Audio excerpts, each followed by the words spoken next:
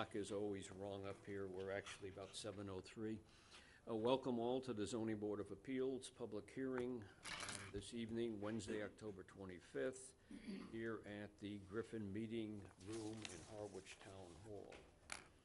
We are here to hear a number of cases, which our clerk will read off. Any member of the public having an interest in these applications will be invited to comment on them at the appropriate time when I recognize them. We are going to be videotaped. We have the thing all set up there, so we will now be able to look at this if you want to on Channel 18 on the YouTube website. So I will now ask the board to introduce themselves, please. Kathleen Muller. Dave Ryer. John Burke. Al Donahue. Joe Campbell. And Sheila Delaney, secretary. All right, I'll ask our clerk to call our first case, please. The first two cases are actually will be continued. The first case is case number 2017-18, which is the petition of Jeffrey Rago and Joseph H. Rago III by their agent, Attorney Charles M. Sabat, to seek a decision, seeking a decision of the board to overturn the building commissioner's denial of an enforcement request. This regards property at off of JZ Drive, Assessors Map, miscellaneous parcel 4054001 in the RR1 zoning district. Yes. Good evening, Mr. Chairman, members of the board. Charles Sabat for the petitioners in this matter. We're requesting a continuance of this hearing until November the 29th, and one of the primary reasons for that is that it's interrelated with the other matter, even though it has a docket number which comes after ours, but it's interrelated to that, and we felt that in all fairness to everyone involved, it should be heard the same night. Okay, and we have entered into an agreement with council to extend the necessary deadlines, so I will take a motion to continue this case to 7 p.m. on November 29th, 2017. So moved. Second. All in favor? Aye. Next case Will is be case continued. Thank you, sir. 2017-19. This is the petition of Clifford A. DeLuz and John Z. DeLuz Jr. and Margaret Wagland through their agent, Attorney Frank J. Sheely. They are appealing a cease and desist order issued by the building commissioner. This involves property located off JZ Drive, Assessors Map, parcel 4054001 in the RR zoning district. My understanding is this will also be continued. It's the companion case to the prior case. Attorney Shealy, representing the Duluth applicant, submitted a written request and has also signed our agreement. Right, we've also signed with this applicant an agreement to extend the time limits. I will entertain a motion to continue this case to November 29th, 2017 at 7 o'clock p.m. So moved. Second. All in favor? Aye. Aye. Okay. Case continued. Case number 2017-27, the petition of Joseph G. DeStefano and Sarah De Stefano through their agent, Attorney William Kroll, have applied for special permit or in the alternative a variance to demolish or replace a single-family dwelling.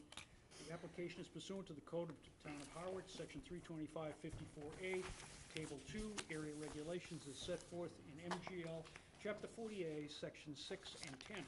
Property is located at 36 Northern Ave, Assessors Map 6, Parcel E5-13-2 in the RH1 zoning district.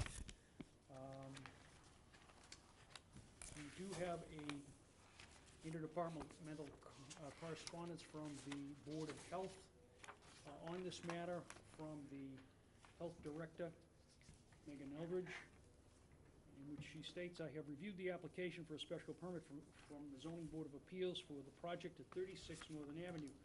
The project includes demolishing the existing single-story, two-bedroom home and constructing a two-story, three-bedroom home. A permit to upgrade the septic system was applied for and approved on 8/9/17. The septic system has been designed as an upgrade without increased flow, additional bedrooms. Although the leaching system is large enough, the design does not show a fully compliant reserve area. This requirement must be met in order for the Board of Health to approve any expansion of the number of bedrooms beyond the current number of 2. And that is, let me see, plan that's been submitted and a new zoning table. They were also at the this matter was continued from a prior date at which no hearing was conducted. However, prior to that time, there were a number of objections that were submitted in writing by a number of interested parties and residents who were represented by Attorney William K. Craig. And since that time, He's not a lawyer, Mr. he's not a lawyer? He's here, but he's not a lawyer. Okay. William Craig has since submitted a letter indicating that those rejections have all now been withdrawn. So I will not read all of the correspondence back and forth on them. They're available for public view if anybody wants to see them. But it seems at this point it would be a waste of time to read them. There were 2 letters. There's a second letter from Attorney David Keenan. All right, here we are. This is yes, from Attorney Keenan, and it is addressed to Attorney Kroll. This is to follow up our telephone conversation last week. Given your client's cooperative effort to work with the neighbors in removing the swimming pool planned from the site, my client, Patricia M. Keenan Loopy, trustee of the William F. Keenan Realty Trust, has authorized me to withdraw her objection set forth in her handwritten letter dated September 25, 2017, addressed to the town of Harwich. I do not plan to attend the hearing scheduled for October 25, 2017. Do not hesitate to contact me if you have any questions or need any additional information. That's the record. If I may, if you recall, Attorney Keenan was the lawyer that had to drive himself to Mass General, the emergency room that night. I've since talked with him, and he said it was just a one-night problem with gastrointestinal issues, and I told him it was just the thought of coming down here and contesting my case that was causing him to have the problems, and it went away the next day, but we're good. Because you removed the pool. Removed the Attorney pool. Kroll, if you could introduce yourself and who's with you, please, for the record. Thank you. Attorney William Kroll from Harwich Port, representing Joseph and Sarah DeStefano here. This evening, Joe is seated to my right, and Sarah is seated in the first row to my right as well. So we originally filed the petition with a request for a swimming pool, an attached swimming pool. That's since been withdrawn. The plan's revised. We listened to the neighborhood and to the objections, and the DeStefanos changed their plans. So we submitted new plans on October 13th. So you have a certified plot plan showing a proposed single-family dwelling, demolish and replace the existing one, basically on the same footprint, a little bit larger to the east side where the pool was going to be, and then an attached one-car garage on the west side. The concern of Ms. Eldridge, the health director, has been addressed, the one that you read earlier, so that should not be an issue, according to Mr. Rober, the engineer surveyor. This property is down on the corner of Northern Avenue and Windermere Bluffs, south of Lower County and Howardsport, to the west of the campgrounds.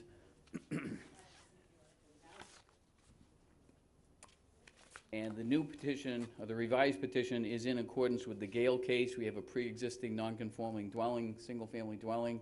We're seeking to demolish and replace that.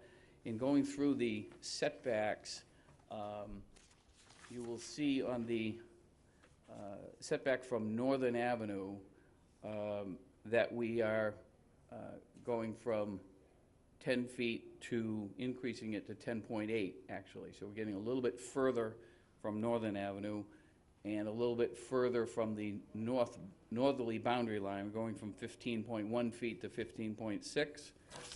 We held the setback of 10 feet on the westerly bound. So all three of those boundaries are pre-existing non-conforming from Northern Avenue that would call for a 25-foot setback, and from the westerly and northerly lot lines would be 20-foot setbacks.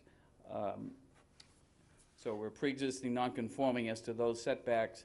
With regard to building coverage, you can see from Mr. Rober's grid that I submitted, or chart, that the building coverage maximum in that zone, the RH1 zone, is 30%. The existing coverage is 12.8%. The proposed coverage would still only be 23.1%, well below the 30%. The site coverage is 35% maximum, and the proposed would be 29.7, again, still well below the maximum. The height of the building, as he indicated, will be close but under the 30 feet, it's 29.9.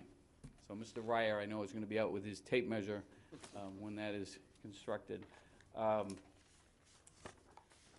So we are intensifying pre-existing non-conforming setbacks because the house will be larger to the east side and will have a second floor of habitable space. And that's a classic now Gale case scenario, and our argument is that the new dwelling will not constitute a substantial detriment to the entire neighborhood, and there'll be no substantial increase in noise, traffic, fumes, odors, congestion, or the like, and we'd ask that you grant the special permit this evening. Thank you. Okay, thank you, Attorney Kroll. Mr. Campbell? No questions. Mr. Donahue? No questions. Mr. Burke?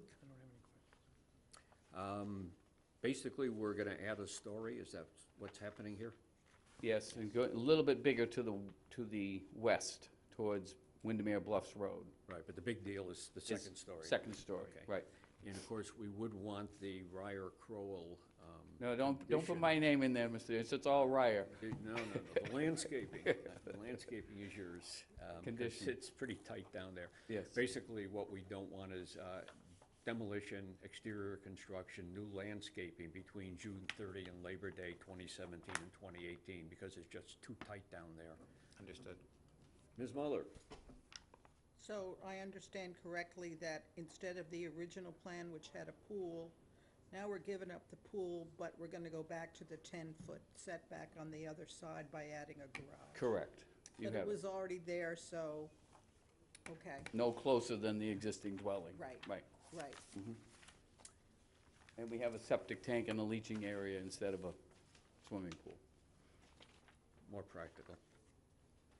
Is there anyone in the public that would like to speak either for or against this petition? Okay, I think it does meet the requirements of the Gale case, I agree. No new nonconformity, you're not gonna do anything that's substantially more detrimental to the neighborhood than the existing structure. I will entertain a motion to close the hearing. So moved. Second. Okay, hearing is closed. I'll entertain a motion on the case. Mr. Chairman, I move that we grant a special permit and finding under section 6 of chapter 40A to permit the applicant to construct the proposed dwelling in accordance with the plans submitted herewith, meaning the plans by Peter DeMayo. There are dates on that, Mr. Burke, if I can. I use my magnifying glass so I can give you Yeah, I was those gonna say, dates. I can hardly see them. The date of the plan was originally August 2nd, Yes, and then it says revised October 6th. yes, those are the dates I can see here. It's consisting of, so originally dated August 2nd, 17, revised October 6, consisting of 6 sheets, and a certified plot plan by Clifford E. Rober, dated July 8, 2017, but it is redated October 8, 2017. And that the construction be substantially in accordance with these plans, and in so doing, we find that relief can be granted without derogating from the intent of the bylaw, that there's no danger to health, safety, or welfare of the public, and that we find that this proposal will not be substantially more detrimental to the neighborhood than the existing structure or use, and I so move. Wait, condition. Additional condition, oh yeah, no demolition or landscaping June 30 to Labor Day 2017 or 18, or construction. Could I have a second? Second. Who's that, Mr. Donahue? Yes. All in favor? Any further discussion by the board? All in favor? Aye. Opposed? Granted unanimously. Thank you. Thank you. This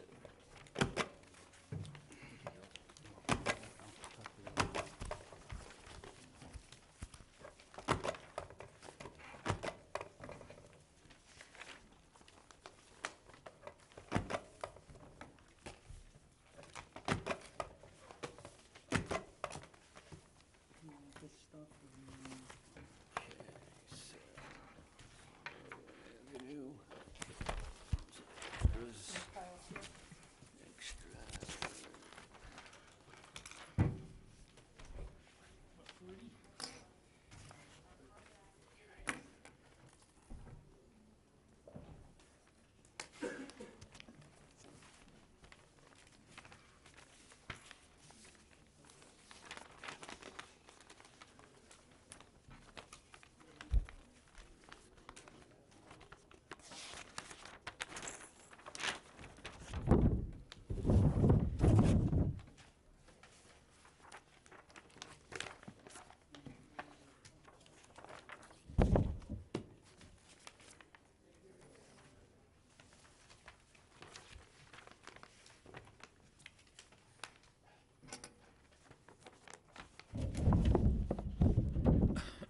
Okay, somebody's got, I think you're on your microphone, John. Okay, Mr. Clerk, if you could All call set. our next case, please. Case number 2017-30, David W. Granger and Evelyn J. Granger, through their agent, Attorney James Stinson, have applied for a special permit to demolish and replace a pre-existing non-conforming single-family dwelling. The application is pursuant to the Code of the Town of Harwich, Section 325, Section 54A, and Table 2, Area Regulations. As set forth in MGL Chapter 40A, Section 6, the property is located at 21 Uncle Vini's Road, Assessors Map 17, Parcel R1 in the RM zoning district. And there are no comments on Here, this. Do you have anything there I yes. don't have? This, we'll get back to you, because I know you're asking for continuance, right? Yes.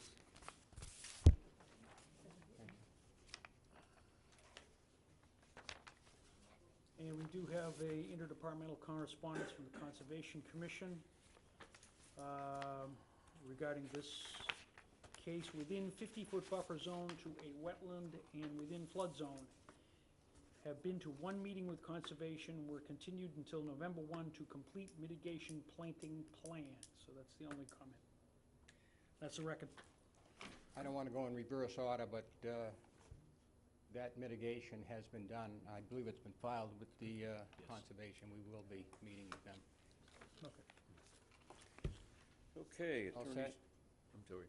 Mr. Chairman, members of the board, my name is Attorney James Stinson.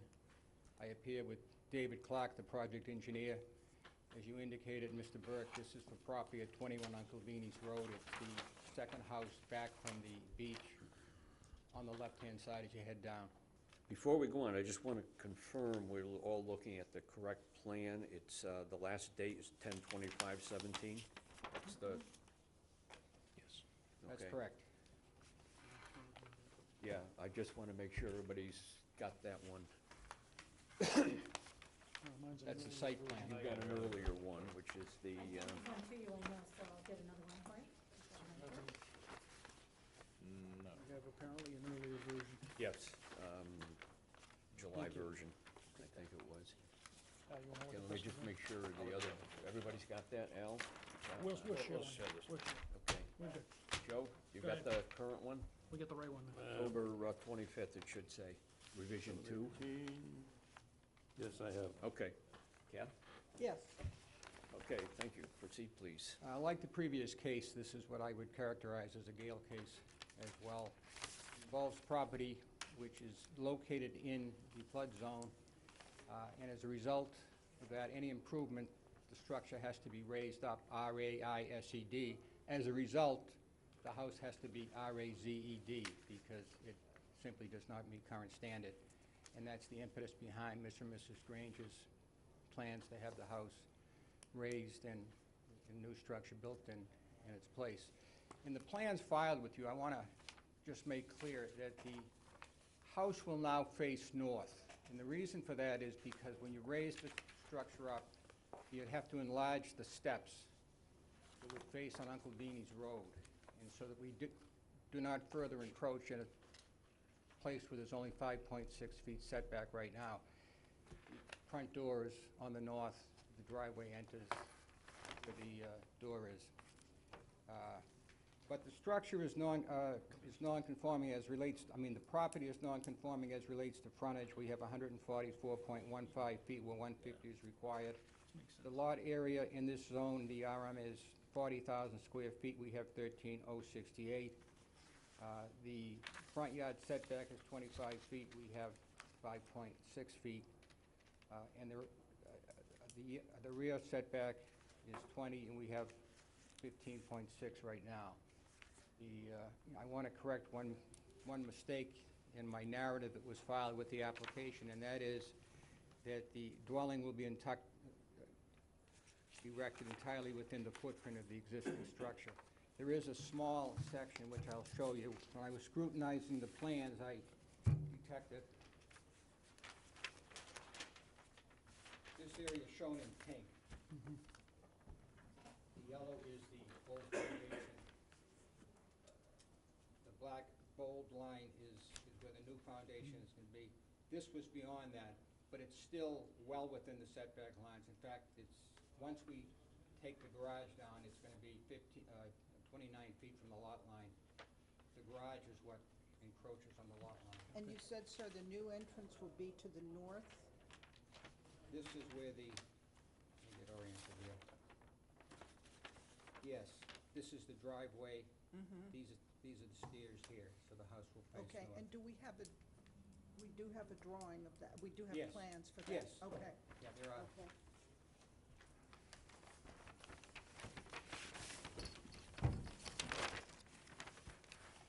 On the plan, Mr. Clark has outlined the building coverage and the site coverage. The existing building coverage is 13,082 at 10.6%. The proposed dwelling will be 1366, 10.5%. Where 35 is allowed. The building coverage, the site coverage is maximum 35%. We have an existing 1977 and a proposed 2312. And most of that increase in the site coverage is the result of increasing the width of the driveway so you can get traffic off of, parked cars off of Uncle Beanie's Road. It's a very cramped site, and that's very important to pick that up. The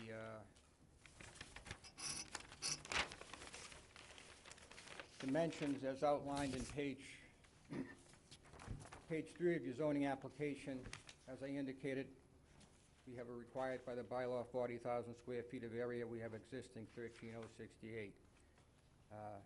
Frontage 150, we have 144.15. The front 25, we have 5.6. I just want you to understand also in that regard, this structure was built in 1935, so that's what it was, and that's the way it's been since that time. The rear yard setback is 15.6 is existing, and that's measured from the shed, which is going to be demolished. The shed is 317 square feet. In fact, that's the linchpin of this whole project. It makes it possible to pick up the area in the house that the shed is going to be removed. The left side setback, where 20 is required, we have existing 25. When the shed is removed, we're going to actually have 35 feet setback from that sideline after. I already indicated the building and the site coverage. The building height is going to be under 30 feet. This is in a flood zone, and the height is measured from base flood elevation per the new, amendment to the zoning bylaw. I'm not sure if you're familiar with it. I have a copy for you. Yeah, no, not. Are you, John? I only have 2 copies, but read the bottom. Mr. Clark can explain the base flood elevation and how the measurement will be made. And what is this from, the building This code? is the zoning bylaw. That was supplied to me by Town Hall, Okay. if you want to address Sure. that, David. David Clark, Clark Engineering for the record. The base flood elevation, actually, the house is split by two floodplains, the elevation 12 and elevation 11. Using the elevation 12, the proposed ridge is elevation 37.5, which gives us an overall building height above the base flood elevation of 25.5, so 4.5 feet less than the maximum allowed by the bylaw.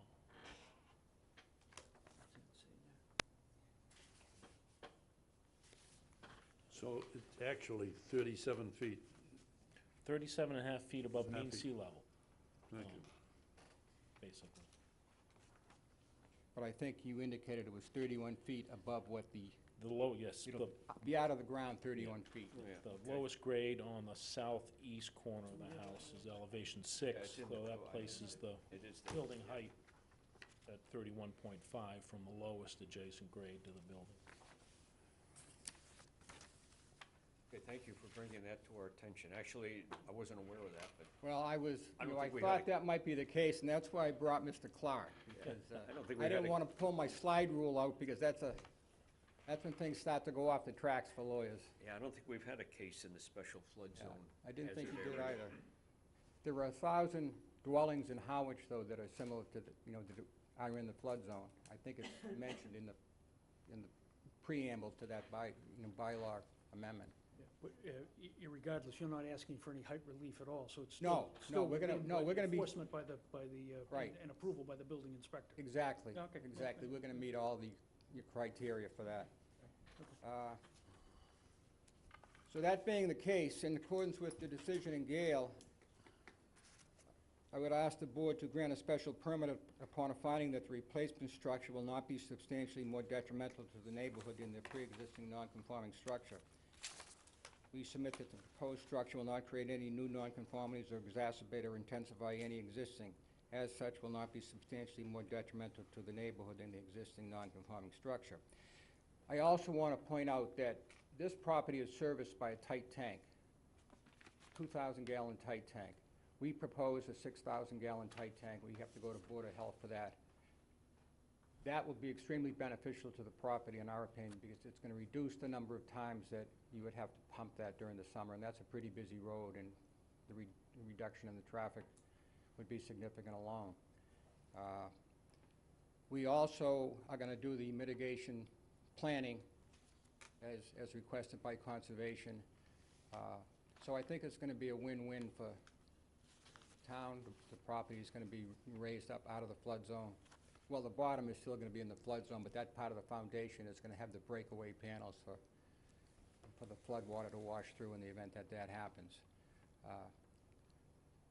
So that being the case, I think we satisfy the criteria under the Gale decision, and I would ask you respectfully find as such.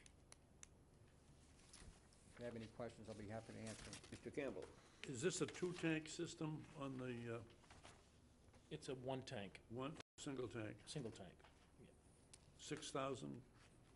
We're gonna shoot for 6. It all depends on the depth of groundwater and whether the contractor can dewater the hole long enough so they can get the tank properly set. If they can't, then we'll go to a 5,000-gallon tank. We're going to use the footprint of the existing house. The construction protocol is to demolish the house, excavate a shallow area within the footprint of the existing house, so we have a place to pump the water out of the hole while we set the septic tank. That really has to go in first, because of the logistics of type of hole that has to be dug, but we're pretty confident we can get it in.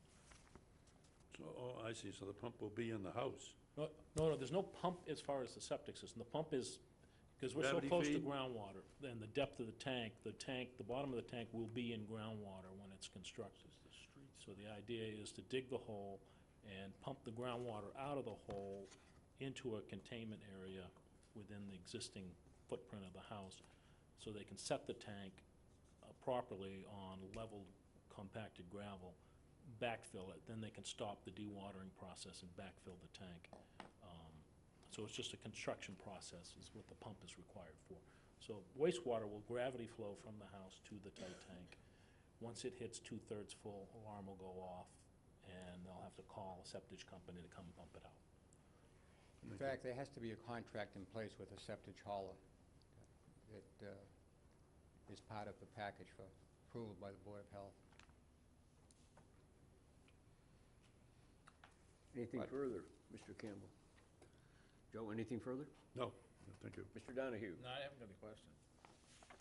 Mr. Burke? Yeah, this would be the northern elevation of the house. In other words, that's gonna face north. That is This would north. be the street elevation, correct? Exactly, that'd be Are Uncle there any Beanie's. plans for protection of that side there, or landscaping or something along the roadway? I think that we had some plans for, Parking prohibitions, or, I mean, we're 5 feet from the street. I don't know, have you thought about, like, the potential for automobiles? I believe the post and rail fence is gonna remain. That's what's there now, right? Yeah, and, but as far as our landscaping, part of the landscaping plan that's been submitted to conservation is to put some plantings along the street, because we want to screen that foundation. And prohibit any parking along there, correct? I know it's a no parking area. Yes. So, I don't know if you can see it from where you're sitting, but that's the landscape plan, and Teresa Sprague is showing landscape plantings I see, okay. in front of the house. I have black and white ones, so that'll... Maybe we could just, okay, I see. It's pretty bare along this side. Right, because this is the front That's the new front there. Right, the steps. But now, we're gonna have some green. Yeah, well, that's good. Now, how much distance do you have from the, I know it's a 5-foot setback, that's to the edge of the right-of-way, but to the travel-way, it's actually more than the 5 feet I then? think it's more, I drove past Yeah. it and it, yeah. I It think didn't it's- seem to, the house didn't seem to be 5 feet from the Oh, pavement. when it I certainly drove by. doesn't. All right, so we have a little more wiggle room. Right. Has this plan been approved by That plan's going to conservation, that's the proposed mitigation plan. proposed but not approved? Yes. Okay, so I won't stamp it with the plans that this is granted. Okay. Anybody else want to say? What's your name? That's just to illustrate how we propose to improve the property and why we think this is superior to Right, what is right. there now. No, Okay, understood. that answers my And answered my actually, one of the question. primary reasons for this is to gain the advantage of the ocean view, and we're gonna put the kitchen, living room, second floor bedrooms downstairs. Anything further? No, I noticed too, you actually, you're eliminating a nonconformity here with the rear yard and so forth, so we're actually improving the situation. And parking is going to be on the northern part of the property here? Yes. How many Okay. cars will you be able to get there? 2. 2 cars? Okay, we Right would, now, it's a tight squeeze for 2 cars. You'd probably be, a lot of dings in the door if you try to get 2 cars in there now. So the idea is to get it at least 20 feet wide, so you can have plenty of room to get 2 cars off the street. yeah.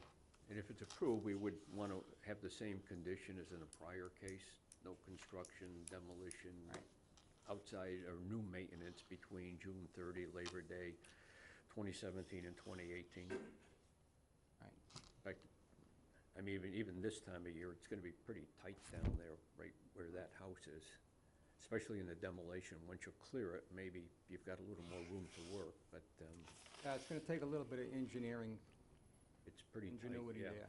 tight lot. Ms. Muller? This is a new situation to us where the front door is being moved 90 degrees, I think. But we're retaining the same terminology as far as front, left, right, and rear setbacks. That's kosher? Okay. I mean, it's fine with me, and it's what I would want to do if it were my house. I will say I was there Monday, and I was there again today. It was a lot more appealing on Monday. I'm sure it was. Yes, indeed. Made the mistake of going out for all of them today. Big mistake. Oh. Yeah, big mistake. And I was on that dirt road there. Oh. Is anyone in the public who would like to speak on, is there anyone in the public who would like to speak either for or against this petition? Yes, ma'am. If you could come to the podium and identify yourself, please. Yes, my name is Noni Frost. I am the abutter on the south side of the property. Okay? And I just have really, I'd like a clarification. Just really- pull that mic down a little bit Oh. to you. Thanks. Okay, I'd like a clarification on the lot line, I believe, in the front.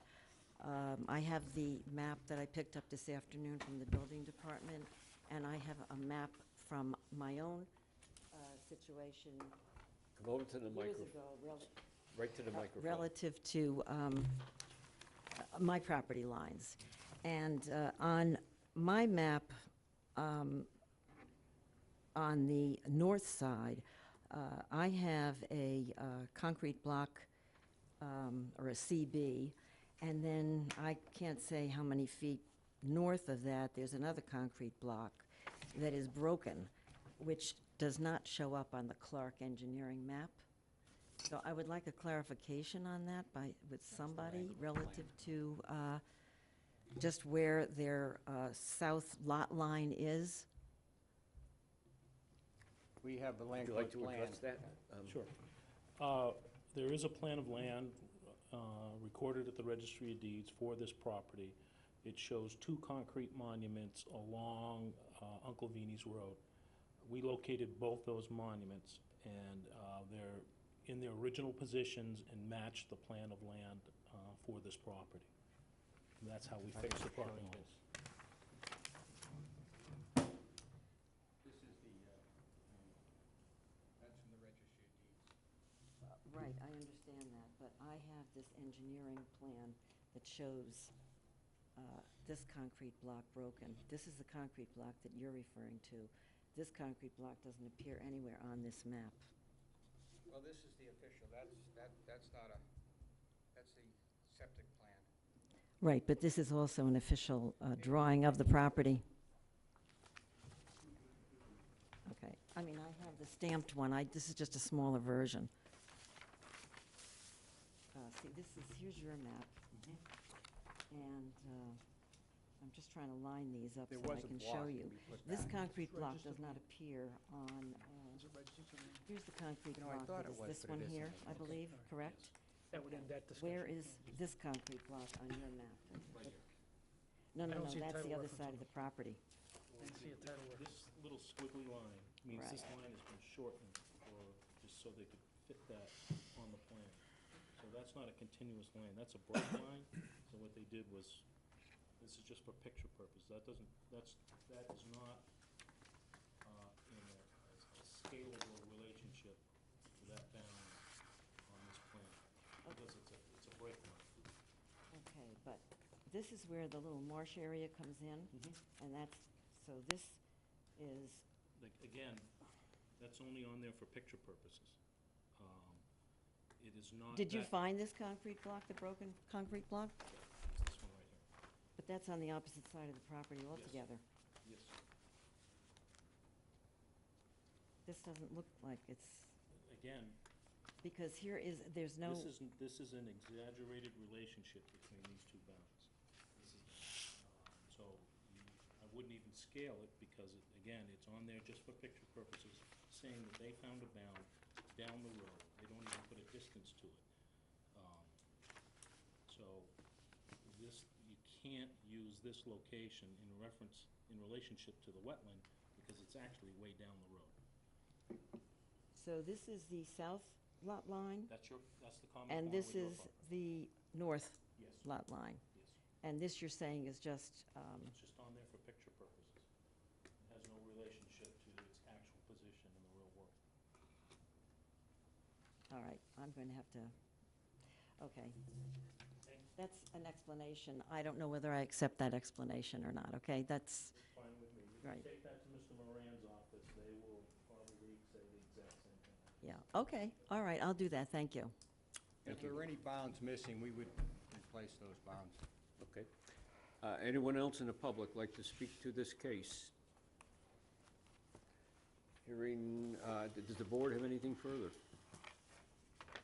All right, hearing nothing, I will accept the motion to close the case. So moved.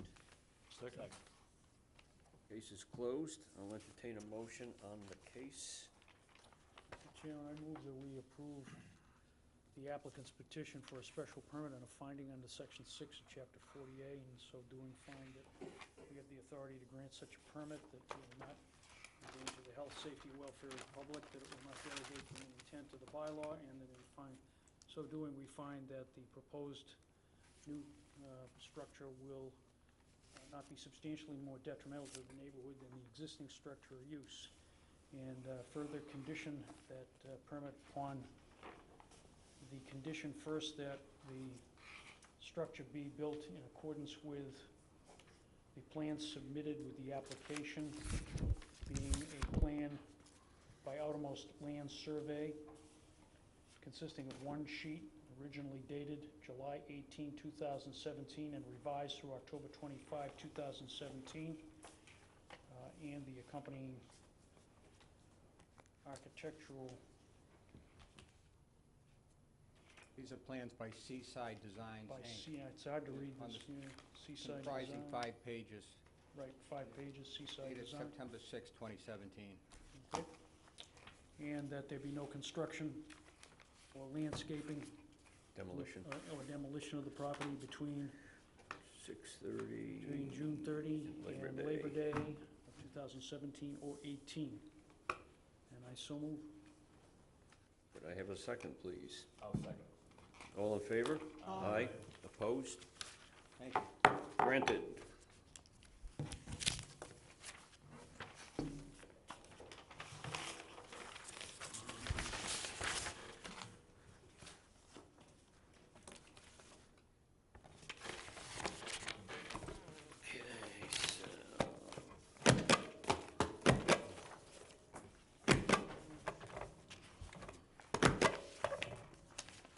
That one's from the Frank. Oh, I see. Here's one of the whole plans, too.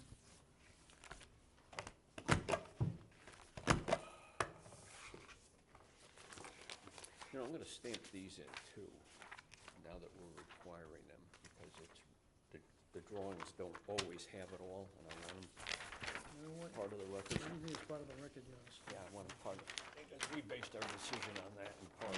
They've got the right date on. You got any plans for this one? 31? Fishing game? Oh, yeah, I see. Okay, you have both of those. One for this case, one for the prior.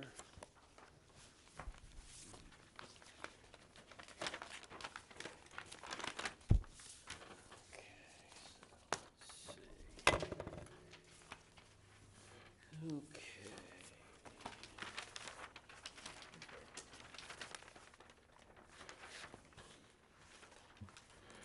All right, Mr. Clerk, if you could call our next case, please. Case number 2017-31, Damian and Cindy Texera have applied for a variance for a new dwelling built to a height over 30 feet. The application is pursuant to the code of the town of Harwich, section 325, table 3, height and bulk regulations. As set forth in MGL chapter 48, section 10, the property is located at 2 Fish and Game Drive, assessors map 77, parcel C15 in the RR zoning district. And we have our building commissioner here as well, present. And I don't believe there's any interdepartmental correspondence, so that's the record. Good evening. Hi. Okay, Mr. Chesley, do you want to join us at the table? Thank you.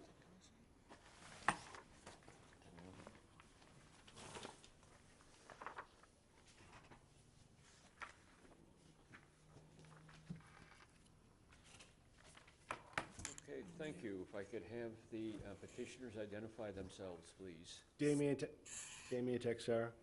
Cindy Texera. Okay, welcome. If you could tell us what's happening here, please. Okay, we're here regarding a height issue. If it's okay, I'd like to read, I'm not a lawyer, I'd like to read in my petition that I wrote, so that way everyone can understand.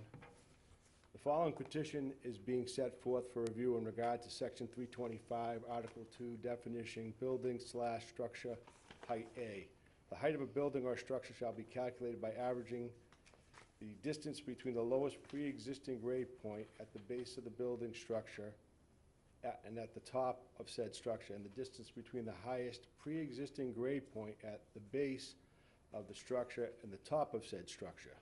A structure shall include elements as a rooftop deck, fence, railing, widow's walk, or other rooftop structure, parapet, or other attached structure. A cupola not larger than 4 feet in width, and chimneys shall be exempt from the above requirements if they do not extend more than 4 feet in height above the roof. For developed lots, pre-existing grade shall be determined by calculating the average of existing high and low grade points at the base of the existing/original building or structure top of said structure, where the highest point is at a minimum of 8 inches below the top of foundation. The building is now fully constructed and sits approximately 0.9 feet above the definition of determined height. That was the amendment that was put in May 2nd of 2016.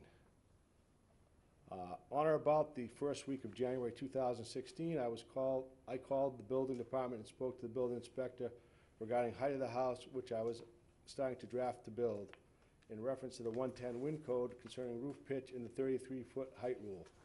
Wood frame construction manual states that any structure over an 8 pitch on 2 stories is considered a 3rd floor on structures over 33 feet, or structures over 33 feet would require an engineer.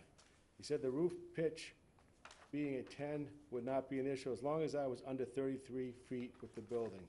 That is why I submitted the plan with the house showing it was 32 foot 9 inches from grade.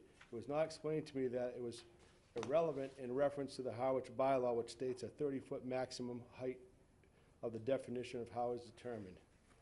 On or about February 22nd, 2016, I was called by the building inspector at about 7 p.m. in the evening as he was reviewing the permit, as it was the 30th day it needed to be done to state that date. According to the Mass Building Code, he stated the town of Harwich allows a maximum of 30 feet from grade. He did not define grade as referenced above. He allowed the issuance of permit unrevised, of which could have been easily revised and resubmitted the following day to avoid this matter. On the permit, he references a table, says 30-foot maximum. It does not give reference to definition. If I was instructed to do so, the issue may have been detected. I say may have been detected as 3 other homes under construction and development at the same time are over the height, and for some reason it never had to get height certifications. I also was not told by my engineer that I hired of this definition of height either. The building inspector has been to the house twice for inspection, driven by many times during construction with no construction or comment of question of height. The previous Harwich bylaw states the height of a building or structure above ground level computed by averaging the distance between the lowest grade point at the base of the structure and at the top of said structure, and the distance between the highest grade point at the base of the structure and the top of said structure is what I went by, as this is the common method used by most towns in Massachusetts. If I was instructed, I would have just moved the building slightly to avoid this. In fact, only 5% of the structure is in a low grade area that skews the height, making it approximately 0.9 feet above the current definition of rule of height. 0.9 feet is about 11 inches above. I understand ignorance of the law is not excuse, but with a little direction by the people who have been hired to help the public, this would have been easily avoidable. It is now built, and we seek relief under the Mass General Laws, Chapter 40A, Section 10, due to the topography of the land, and that it would be a substantial hardship to rebuild the structure, and it constitutes no substantial detriment to the public good, as the structure is precisely certified to be 30 feet from grade by previous definitions. Do you have anything further?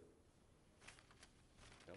Okay, I'd like to ask Mr. Chesley to comment before we go to the board, please. It's an unfortunate situation. We tried to draw attention to this requirement in the building permit that was issued. And in 2 areas, we pointed out the zoning section that they needed to comply with. In talking with the inspector that actually reviewed this plans, he told me there was no way to actually calculate it at the time. So we issued the permit with a provision that it had to comply to the Harwich zoning bylaw of 30 feet, in the way it's calculated. Right. Okay? So, I mean, we felt we made it as clear as we could, and we presumed, as we do in all cases, that the person constructing the house has the knowledge to be able to do it correctly. And we made it a condition of the permit that we would need a height affidavit showing that it complied from a registered design professional at completion. Okay, thank you. And I guess, you know, That is correct. It was put on the permit. A table's referenced on there, on the zoning bylaws, and on the table it says 30 feet. And when I was told by the building inspector it was 30 feet from grade, he didn't say from pre-existing grades, which is an oddball thing. As Mr. Chesley, I'm sure he's been a builder longer than I have, which is an oddball requirement. So obviously, if I was told pre-existing grade, then I would have done that. It was not explained to me that, because as you can see, we took extreme measures to make sure we met 30 feet from the high-low of the grade, which is standard. I guess, you know, the trouble I have with it is called out twice in the permit. And the section is referenced, and you know, it's really up to you Oh, folks. I understand too. Look at the code. Correct. I should have examined the whole chapter and verse of zoning and read the whole zoning code of Harwich before I constructed this house. I didn't know of that thing on there, and obviously a lot of other people don't know about it in that neighborhood. So, because it was not really called out to anybody. I've spoken to my neighbors about it, and, you know, there's a bunch of houses in that neighborhood are well above that also. So I know that's nothing to do with me, but if it was said to me that way, I would have done it. It would have been a non-issue. We could have shifted that house 4 feet to the right and a foot forward, and we would have been out of that low grade area, and we wouldn't be sitting here this evening. I'm in business for 25 years, and I go by what the building inspector tells me. He says something to me and says 30 feet from grade on a call or conversation. I take it as that. You know, I don't take it as anything other than what those words mean. Mr. Campbell? I'm gonna hold off for now. Mr. Donahue? As I read this on the down Cape Engineering, I find the as-built height, ridge, is 29.7 above the highest adjacent grade, which is the front walkway, and 30.3 above lowest adjacent finished grade. Garage apron, which averages the ridge precisely at 30 feet above grade. Which is it? Is it 30 feet 3 inches, or is it 30.9? It's the average, that's what is determined. Same thing as the pre-existing situation, it's an average of high-low, the median.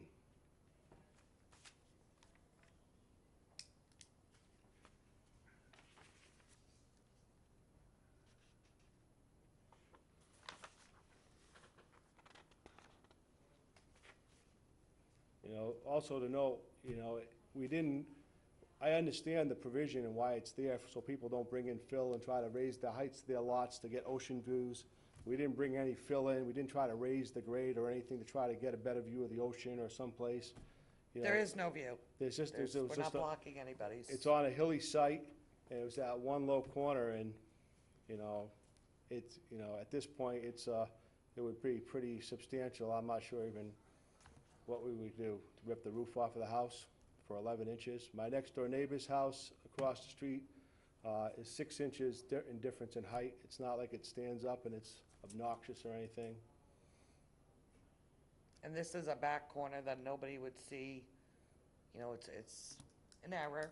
We work in your town.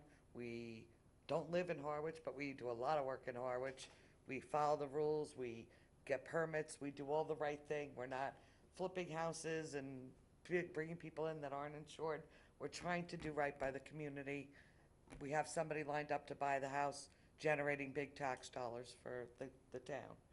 We'd like to- If we have to do this roof thing, the sale is gone also. And where the closing is really depending on this, how we go ahead. It's so minimal that no one could see anything. If no one knew, nobody could ever tell. I mean, it's almost silly nonsense. It's, a waste of, everybody's time being here out in the pouring rain for a few inches. Anything further, Mr. Donahue? Other than the fact when I drove through the neighborhood, the property as described by the petitioner here is fairly consistent is consistent with the other properties in close proximity to it. Okay, Mr. Burke? I noticed this original building permit was issued almost 2 years ago. This house ever been occupied? It has not.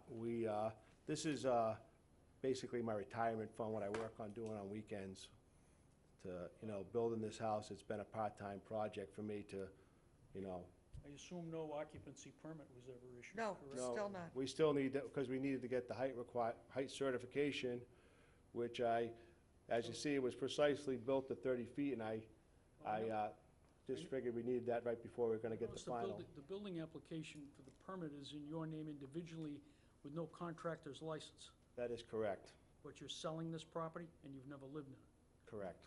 Are you a contractor? I am, but I am doing this personally due to my way things are that run with my accountant. That I bought this building, I am a contractor, but this, for accounting reasons, I am considered a developer or whatever, or something for some accounting stuff that, Do you hold a Massachusetts contractor's license? yes, I've You do? held one for 25 years, You still have a valid one? yes. Why would you not have, Because as I said earlier, I was told 30 feet from grade. and why didn't you apply with your license number on this? Because our account, Because I can't do that. In order to do it for accounting purposes, that's why. The tax purpose, that's the reason why. we've done many, many projects in Harwich. Commissioner, you were not the commissioner at the time this was issued. I was not, but there is a homeowner exemption. No, I understand that. Yeah. Homeowner exemption, yeah. Right, but not- exactly. Is that, I'm just curious what the Oh, no, relevance I is. find it odd that, okay, I'm just trying to, well, I'm also trying to understand your knowledge base about understanding you are a licensed contractor then. Correct. I think that goes to the issue of, I guess what I'm struggling with here is I agree that the house is not inconsistent with what's around there. As a matter of fact, a couple of the houses I looked at looked like they were taller than this one. And probably granting a variance doesn't derogate from, or certainly doesn't cause any harm, but this essentially, the problem is a self-created hardship, which is a little bit of a struggle for us to deal with, I think, at least for me. The burden is upon you. You can't rely upon the municipal inspector to build a house for you or supervise your construction, as you know. It's- Oh, I understand, like I said, Compliance is completely on the applicant. the structure's built, and, as my wife stated, we build these things, and this thing's built better, and the building commissioner would have to agree, it's built in better than any house in that neighborhood. It's built to the hilt as far as the construction, and, the thought that was put into this, and the effort that was put into this, and it was just a simple misunderstanding, and, when someone says from grade, that's been my experience of 25 years building for myself, that when someone says from grade, they mean grade, they don't mean pre-existing grade. Are you familiar with the section 10 standard for a variance that we need to find, you need to demonstrate that you have a substantial hardship Oh, yeah. from this? And tell me a little bit about, if, to take 11 inches off this roof, We'd have to hire an engineer, because it's trusses. We'd have to have it re-engineered. And to cut that down, And to, first is the construction part of the engineering part, and then the second part is the aesthetic. It's gonna look stupid, no matter what we come up with for a design. So if we end up trying to make something look good and we have to have that re-engineered, it's gonna cost thousands and thousands of dollars, never mind the construction part of it. Would it involve the entire roof to bring it down? The roof of the main house, correct. Is that correct, that he would have to lower the entire roof line, not just part of it? Yes, it would be at, I assume that it's at a flat grade. Yes, so I don't have a highest picture of the grade, house whatever. here, unfortunately. But yes, the main house, which is Yeah, 36. there's a diagram, it's the Yeah, main, the yeah, main th- center portion. 36 foot. The center correct. portion of the house. It looks awful high on that, because that plan is not, that was the original plan that was submitted, that was at 32.9, so it looks, And part hardship is also we're getting into weather, the winter. Well, even if there is a hardship, if you create it yourself. I it doesn't understand. matter, okay? But so maybe I'll come back to it, but Okay. I'll let other Help me members- understand this. Down Cape Engineering writes a letter to our building inspector, Mr. Chesley, dated September 5th, 2017, and they say the average of the ridge is exactly at 30 feet. correct. Okay, but then we get a plan from the same Down Cape Engineering dated, 2 weeks later, approximately 3, revised 9/21/17, and now they show that the building height is 30.93. Correct. They wrote that letter because they knew that, when they came out, that it didn't meet the zoning. But they were hoping that by writing that letter to show that we did try to make it, we made it 30 feet from the average grade, which was the old standard in your town for who knows, until it was revised probably 6 years ago. That would be helpful, and that we could possibly see past this 11 inches. So is it 11 inches, or is it .39 inches? It's .9 foot. So it's about, engineer scale, that's about 11 inches. Oh, I'm sorry, that's .9 foot, okay. Yeah. Okay, right, okay, I'm sorry, you're right, .9, so, okay, 11 inches. I'm troubled by it because, as Mr. Burke said, it's sort of a self-created hardship, but we have made some exceptions for minor dimensional variances in heights of dimension, so not happy about it.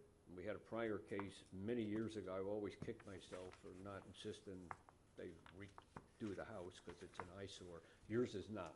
I think yours, with the height, it's not detectable. Well, we guarantee it will never happen again, especially here. Well, You live and you learn, and probably with this board, I can Well- guarantee you, you won't get relief again. This is like a once-in-a-lifetime, good faith, but the second time it wouldn't be good faith. Ms. Muller? I'm struggling with the same issue as the other members of the board. For you to be a licensed contractor with 25 years of experience in Massachusetts and the notation on the building permit, it seems disingenuous for you to say, well, you relied on what somebody told you. You could have looked it up. I would have Well, looked it up, and I'm a homeowner. That's what I do, and we take a lot of things in this trade. I've done $20 million worth of work, and majority of it's been done with a handshake. And, my reputation, I still have my same customers from day one, and a lot of my own same subcontractors for 25 years, so it's nothing disingenuous about it. It's a mistake that if someone said, hey, maybe Harwich should have a notation on their table, say, see height of building. Because I know in the building code, there's a million different things, exceptions, notes, and you go from 3 different sections sometimes to get an answer. And on that table, it says 30 feet. It doesn't say, until you research it and you read under building definitions what that is. And that's unique to Harwich, except maybe with what's going on in P-Town right now. I don't think there's any other town that has that pre-existing grade. I have to say that as a homeowner of not too many years in this town, who's done some renovations on our house and had some people do renovations, we haven't been able to rely on oral representations of the requirements of the town in anything. We've had to abide by what the rules are. That's kind of sad. You mentioned that some of the other houses in the area are more than 30 feet in height. You're not the builders of those houses.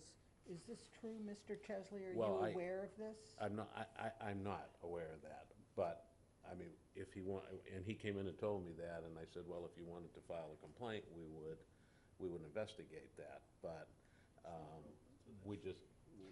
We're trying to be but he- nice neighbors. Excuse me, the point of the matter is, I did show Mr. Chesley the plans, I had them out on the table, and he said, if you have an issue with it, you need to file a complaint against those other houses, because they can all be determined just like mine, by the grade plans, by the height of houses, you know, and if you look at them, and that was just, right in my development, there's 3 other houses that are higher, never mind how many other houses that got passed, Already built? Yes. already built. Well, we don't know that till we research it, actually, because we have to look at how they calculate it. If they followed the rules in calculating the height of the house, and it's a little bit higher than your house because the existing conditions were different. I followed it right. It's okay, I you know? followed it right. Right.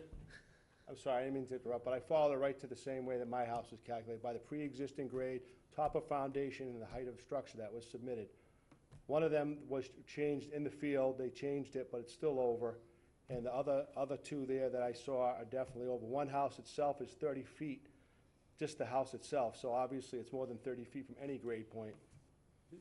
Does the building commissioner and the applicant agree that the height shown on this 30.93 feet is the correct building height per the definition of the code?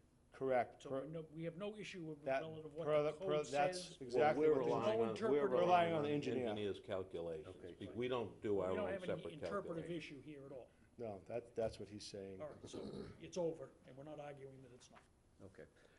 Is anybody in the I public? wasn't finished. Oh, if I'm you'll sorry. Excuse me. I'm concerned that if we grant a variance for this house, and there are in fact other houses in the same community that are over 30 feet, that we will then have to grant variances for those too. And where will this take us? That's why I asked the question about the other houses, if it's legitimate or not. I wonder, is it appropriate to say we have to wait till there's a complaint before you establish that? Unless you direct me to do the research on it, and I will certainly do that. We don't normally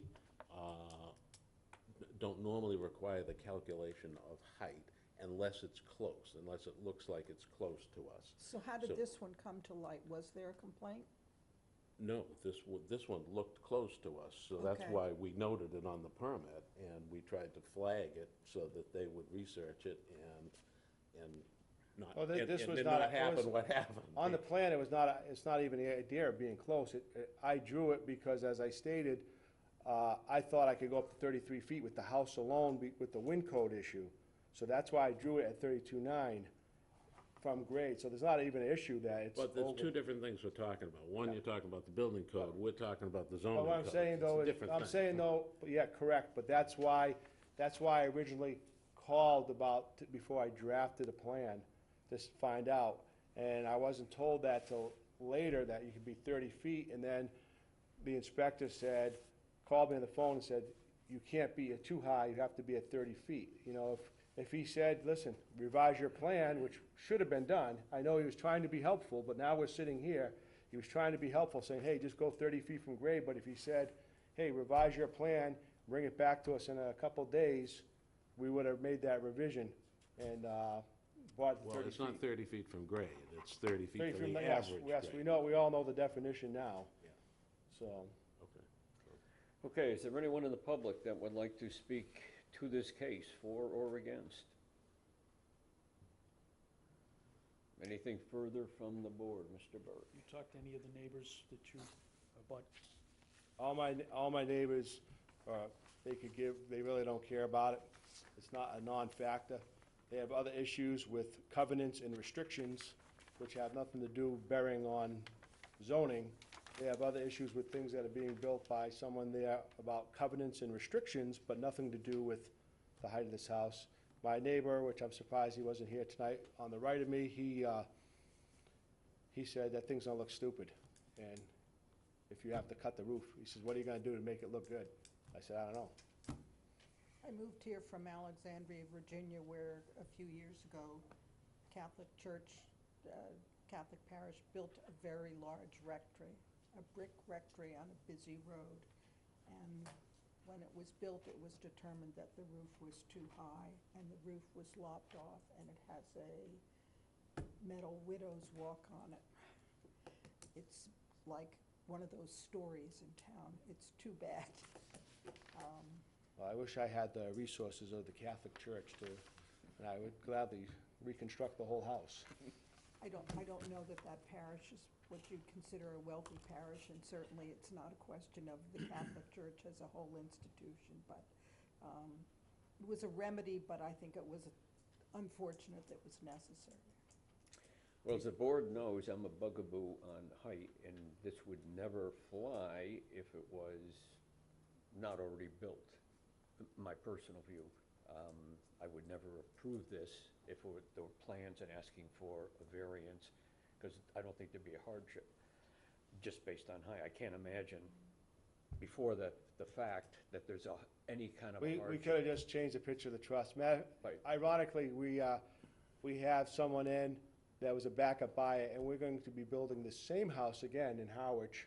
They're purchasing a piece of land and on a nice level piece of land, and obviously we're going to be already spoke to the truss engineer to lower the height of the truss, and we're lowering the heights of two of the first floor and second floor walls just by 2 inches to give us an extra 6 or 8 inches of extra breathing room even.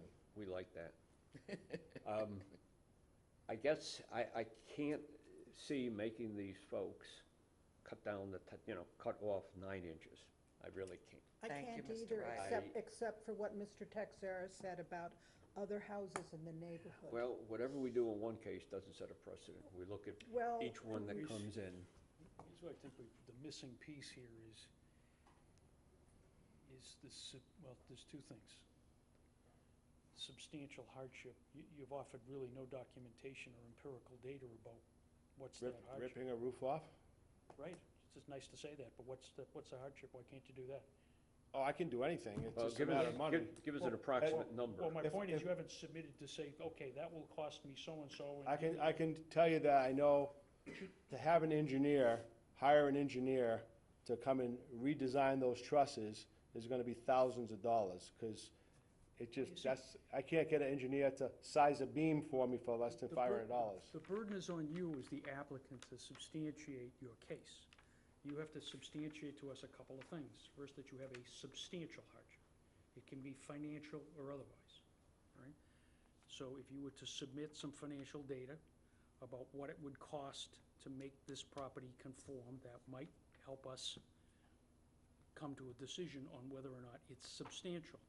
The second thing is you have to link that hardship to one of the three aspects of the statute, which are the shape of the lot, the topography, or the soil conditions. The topography is the issue. Right, well, you need to, I think, probably I submit. think it's shown right on the plan how the slope of the back of the lot.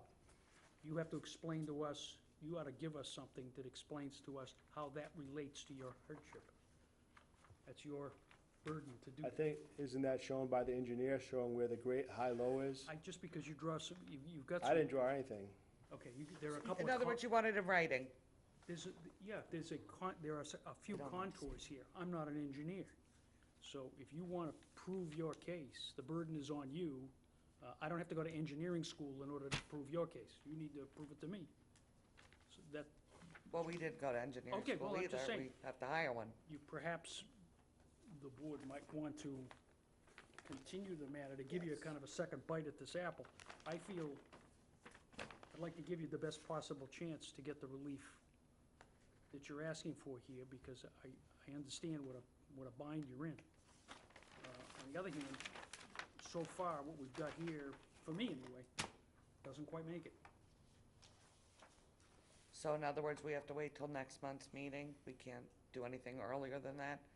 Well, no, that's just telling you my feeling, the board can. Just only the because, bu- Yeah. only because because the then other my members bu- can then I- vote then I on we're lose a gonna lose, we're buyer. gonna lose a They buyer, may the not buyer's agree gonna with me move at on, all. but You've got to get 4 members to vote in favor of the variance. So, I mean, bottom line, if you don't, we've I got just some would ask doubts, some anybody, doubts. if I The could other ask three anybody, gentlemen and, two if with anybody me- has a solution that's a simple solution on ripping that roof off and how that would be not costly, that I would think be- what John is saying is you need to go back, you need to give us some numbers, approximately what this thing would cost, the engineer cost, what you're gonna have to do. Is ripping shingles off, you're gonna have to, saw down or whatever. Staging, you know, more additional building permits, the Right. whole, But I the mean, whole we need a, process. you know, You an might order. Is also it- want to ask an attorney who does a substantial amount of zoning that they might be able to supply you with some case law that would support. your I tried particular to, situation. unfortunately, we were so close to get the deadline to meet this hearing, because we didn't want to lose our buyer. That's why we're sitting here ourselves, because I spoke to local attorneys, and everybody said, we'd like to help you in some manner, but there's no way we're getting a petition done in 2 days and getting it filed. And they were all here tonight, so. Right, well, With you other can have another cases. 30 days, so. Yeah. Well, Um, It's unfortunate because we have a buyer, we're ready to move on, close, generate the taxes, they're Well- ready to start their life here. It's your house, it's your call. You can I- ask for a continuance, We- you we- can ask for a If vote. that's what we need to do, we'll have to do that. I thought it would be just, I didn't know I had to bring a detailed estimate. I thought just by the, you know, not being even a builder, even being homeowners yourselves, know what things cost if you try to even get a door hung in your house. You know what we're charging for rates, because that's insurance and what have you, that there's no doubt in any mind this is gonna be a lot of money and substantial. You know, and it's all relative, it's substantial. Right now, I'm building this house, I don't do this for, I do customers' projects for a living. That's why you say, why is the permit out for 2 years? Because we've been doing this out of pocket. This is our investment, this is our, this is my retirement fund that we're growing on the side. Because that's how, unfortunately, as being self-employed, you know, I have a regular job that pays my bills, and this other thing is my retirement vehicle. So right now, we have everything that we have pretty much into this house right now. It was a gamble here. You know, we thought the lot was attractive, and we knew it was gonna be tight for us, but we went forward, and hopefully, you know, we're gonna come out a little bit closer so I can retire before I'm 85. Well, again, I don't think the board's trying to be difficult. I think the thing that sort of sits in everybody's craw is it was called out twice in the building permit that you needed to go. I comply with I the saw it code. once, I don't know where the second part was, though. Once on the You needed building a s- permit as. You needed height affidavit by your engineer. Correct. Who should have been looking at the plans before it was built. I And understand. then you also said the proposed, the permit said the proposed height of the structure does not conform to the Harwich zoning, chapter 25, and shall be built to conform, and, chapter, 325, which includes the definitional section, which says how you measure height. So it was called out twice, and I think that's what at least 3 of us, maybe the other guys over there too, I don't know, but have an issue with. So that's why I think, not to speak for Mr. Burke, but why we want a little more support if we're gonna grant a variance Sure. in this case. You do understand this was not done, we're not trying to get over for 11 inches, we're just. Yes. We We could appreciate have that, just right. shifted it a couple feet and we Right. wouldn't be Yes. sitting here. No, we appreciate that. I will bring back a cost from other contractor besides myself, so there's no bias to the situation.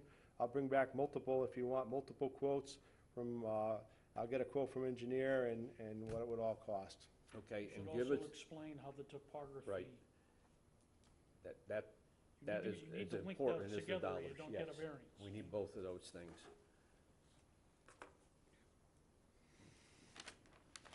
So When- you're when is the requesting we next- continue for 1 month then? Well, I'd like you to continue just for a few days, but Well, I'm not sure that I can get We you meet back. again, 11/29. We don't have a Okay. choice. That's holiday week, is everybody here?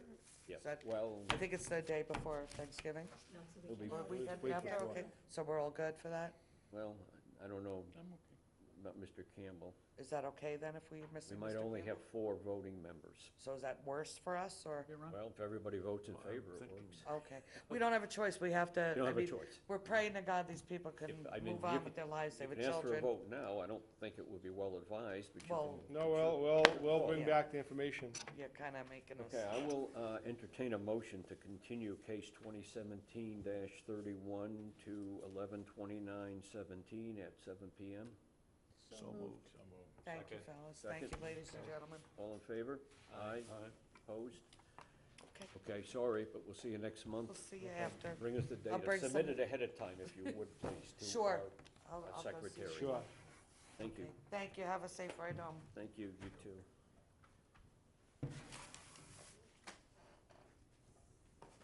Can I go back to the audience now? You're done. Done with Yeah, that. that's good. Thank you very much, Ray. You'll keep hold of your paperwork. Yeah, keep your paperwork on this case. Mr. Chairman, I'd like us to address at the appropriate time the question of the other houses in the neighborhood. Okay. Thank you. No, sir. Okay, yes. Case number 2017-32, Stephen A. and Joanne E. Churchill, through their attorney, William Kroll, have applied for a special permit, or in the alternative, a variance, to demolish and replace a pre-existing non-conforming single-family dwelling. The application is pursuant to the code of the town of Harwich, section 325.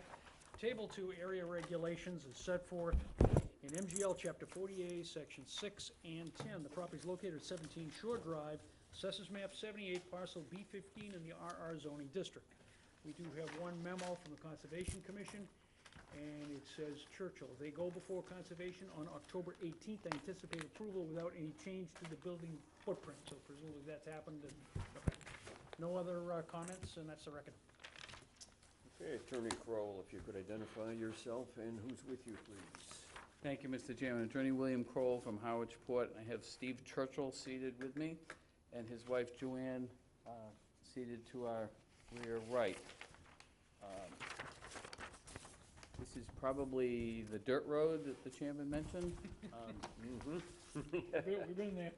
We didn't want you to go there today. Well, that wasn't the bad one. It was that other one, Sasquatucket or Path or some doggone thing. Oh. My Garmin sent me down. Well, Anyway, sorry, yes, go ahead. I don't So- know. It was, I couldn't see it was raining so hard. I have no idea. this property is on Shore Drive, but not Shore Drive in West Harwich. No, It's on that's Shore. for sure. Shore Drive in North Harwich off of North Westgate Road. And the petitioners are seeking to demolish and replace the existing cottage, so to speak, with a new dwelling as shown on the plans that were submitted. We have an existing conditions plot plan by Moran Engineering showing you the size of the existing house and proposed conditions by Moran Engineering, both dated September 8th, 2017, to show the proposed house. The proposed house will be a little bit closer on the southwesterly side. You can see it extends on a little bit, maybe a foot or so beyond the existing house. And then because of the angle of Shore Drive, when you push that new house back beyond the existing house, it is 8.5 feet from the boundary line of Shore Drive. Now, that's the boundary line of the drive. That's not necessarily where the dirt road is and the parking area and all of that. Those are delineated on the plan as well. So the southwesterly corner would now be 8.7 feet, as opposed to 10.6. So we'd be increasing a pre-existing nonconformity. And then I'll call it the northwesterly corner, the expanded house would be 8.5 feet as opposed to 15.1. So both of the existing nonconformities are are nonconformities. They're less than 20 feet, so under the Gale case, we'd be intensifying those nonconformities. The rear setback to the northerly lot line would remain at 20, would remain more than 20 feet. It would be 20.2 and 20.5, so we're compliant there. The building and site coverage are well under, because the building coverage in that zone, and our zone is 15%. Existing building coverage is only 2.1%, and the expanded house would be 3.7%. Site coverage, 25% max, would go from 7.1% to only 9.1%. So clearly under those maximums. There is also a building envelope here because of the wetlands and the cranberry bogs and the 50-foot setback and all of that. So this is basically the only place we can put the house, because the expanded house, because of the pump house, and we have to put in a new septic system, and that's all been before the Conservation Commission, and they're okay with that. But it's not like we could push this back into the lot somewhere because of the 50-foot setback and the bog and the like. So we've tried to work this out with Harry Ellis, the builder, and with Moran Engineering, and we've met with, we've talked with Megan Eldridge, the health agent. I met with Paula Champagne when she was still with us as health agent, and she was fine with the new septic system. And we've been to the Conservation Commission. So here we are with you folks, seeking a special permit under the Gale case, because we're intensifying existing nonconformities, and would argue that the replacement house would not constitute a substantial detriment to the neighborhood, and that there would be no significant increase or substantial increase in noise, traffic, fumes, odors, congestion, or the like, and would ask that the board grant the special permit this evening. Thank you. Okay, let me jump out of turn. Do we have any real building plans for the I'm house? sorry? Do we have any real building plans with dimensions on them? I'm not Was this prepared the one to with the have this approved conceptual? tonight without, just on the basis of these drawings and design concept. Those drawings are, I mean, there's no dimensions. we have dimensions on those drawings. 34 feet 4 inches, 35 feet 6 inches for the first floor plan. Okay, but on the look of the house, we have something stamped design concept, and then Yes. we have a whole bunch of pages with basically nothing. Well, those pages have your average elevations plan, Mr. Chairman. Well, we have the height of the roof, but, I mean, Those were all submitted, those are elevation plans. And we have the height of the roof at 29.6, identifies what they are.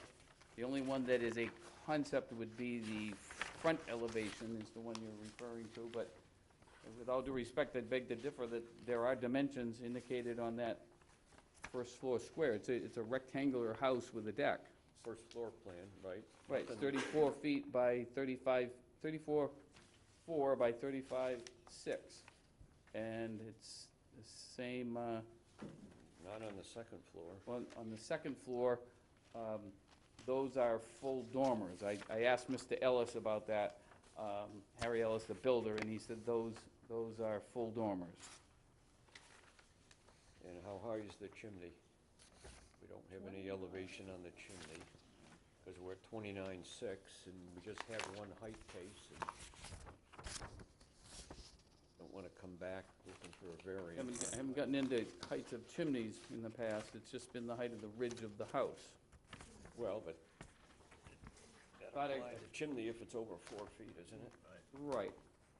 So we can't have it over 4 feet higher than, Right, but there's Then- no height on the plan. That's what I'm getting at. I mean, say, Mr. Burke. Well, this is seen numbers of these plans, you can order these on the internet, and you get the conceptual one for free, and then you pay some money and you get the whole, That's how you built your house, the Mr. whole, Burke. the whole can of worms.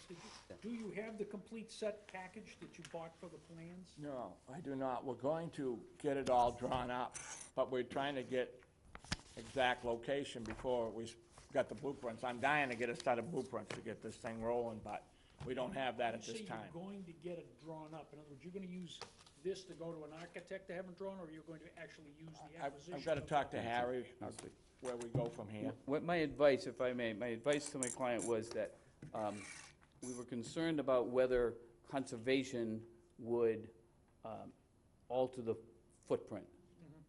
And so we didn't want to spend a whole lot of money on plans only to go to conservation a week ago and have them say, no, you need to move this a little bit or cut something down, and that would alter all of the building and elevation plans, which are a significant expense. So if the Conservation Commission approved the footprint, which is my understanding that they did, and you folks approved this footprint and these plans that were submitted, then he could go ahead, my clients could go ahead and have the final plans drawn up to submit with his building permit application once we get through the appeal period here. That was the strategy. Not because of you folks, but because of the Conservation Do you Commission. intend to actually build a building that looks like that?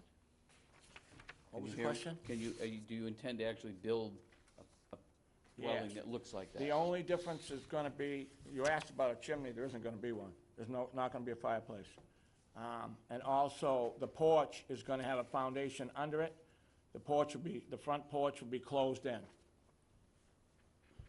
So you see, in a section 6 finding and a special permit, it's not just dimensions that we look at. It's for substantial detriment. It's the whole concept of the whole building, how it looks and feels in the neighborhood. And if what we have here isn't really what we're gonna get, I don't know if it's quite as complete as what we should have, because once we approve it, that's what you gotta build. Right. Right, well, I it's stamped the In other words, plans, once we, and then It's when you gonna go have to the the two building dormers in the commissioner. front and a full dormer in the back. And the reason we chose this style, so it would fit in the neighborhood. oh, I think, this is nice, but my point is, it's gonna be something not quite like this. Right. When we do in other words, we were just in here, let's say, giving you a variance for a particular side yard or something like that. We're just focused on a dimension, and that's the end of the subject. The section 6 finding, it's a more conceptual thing where we're talking about overall detriment to or whether or not there's detriment. So there's a mixing bowl of a whole lot of other things that go into it, and how it looks is a piece of it. Because, if people wanted to, object because they felt it was not in harmony with the character of the neighborhood or things like that, then, I don't. Right, or These when are I the- stamp it, and then you go to get your building permit, and the building commissioner looks at it, and I've approved this, and you've got something different, Yeah. how is he gonna know which one should govern?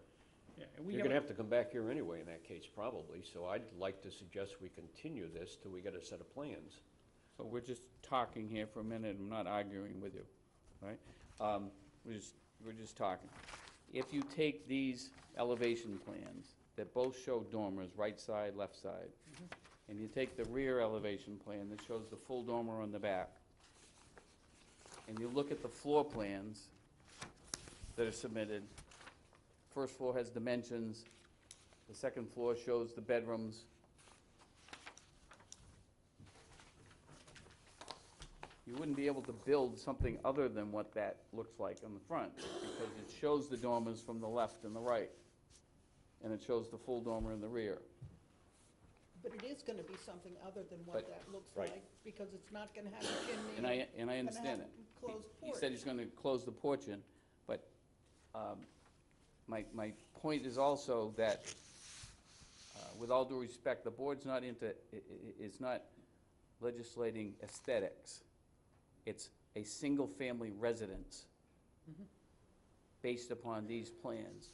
I think the board could say that they approve a single-family residence that is substantially similar to for these plans with no variation of dimensions of the footprint.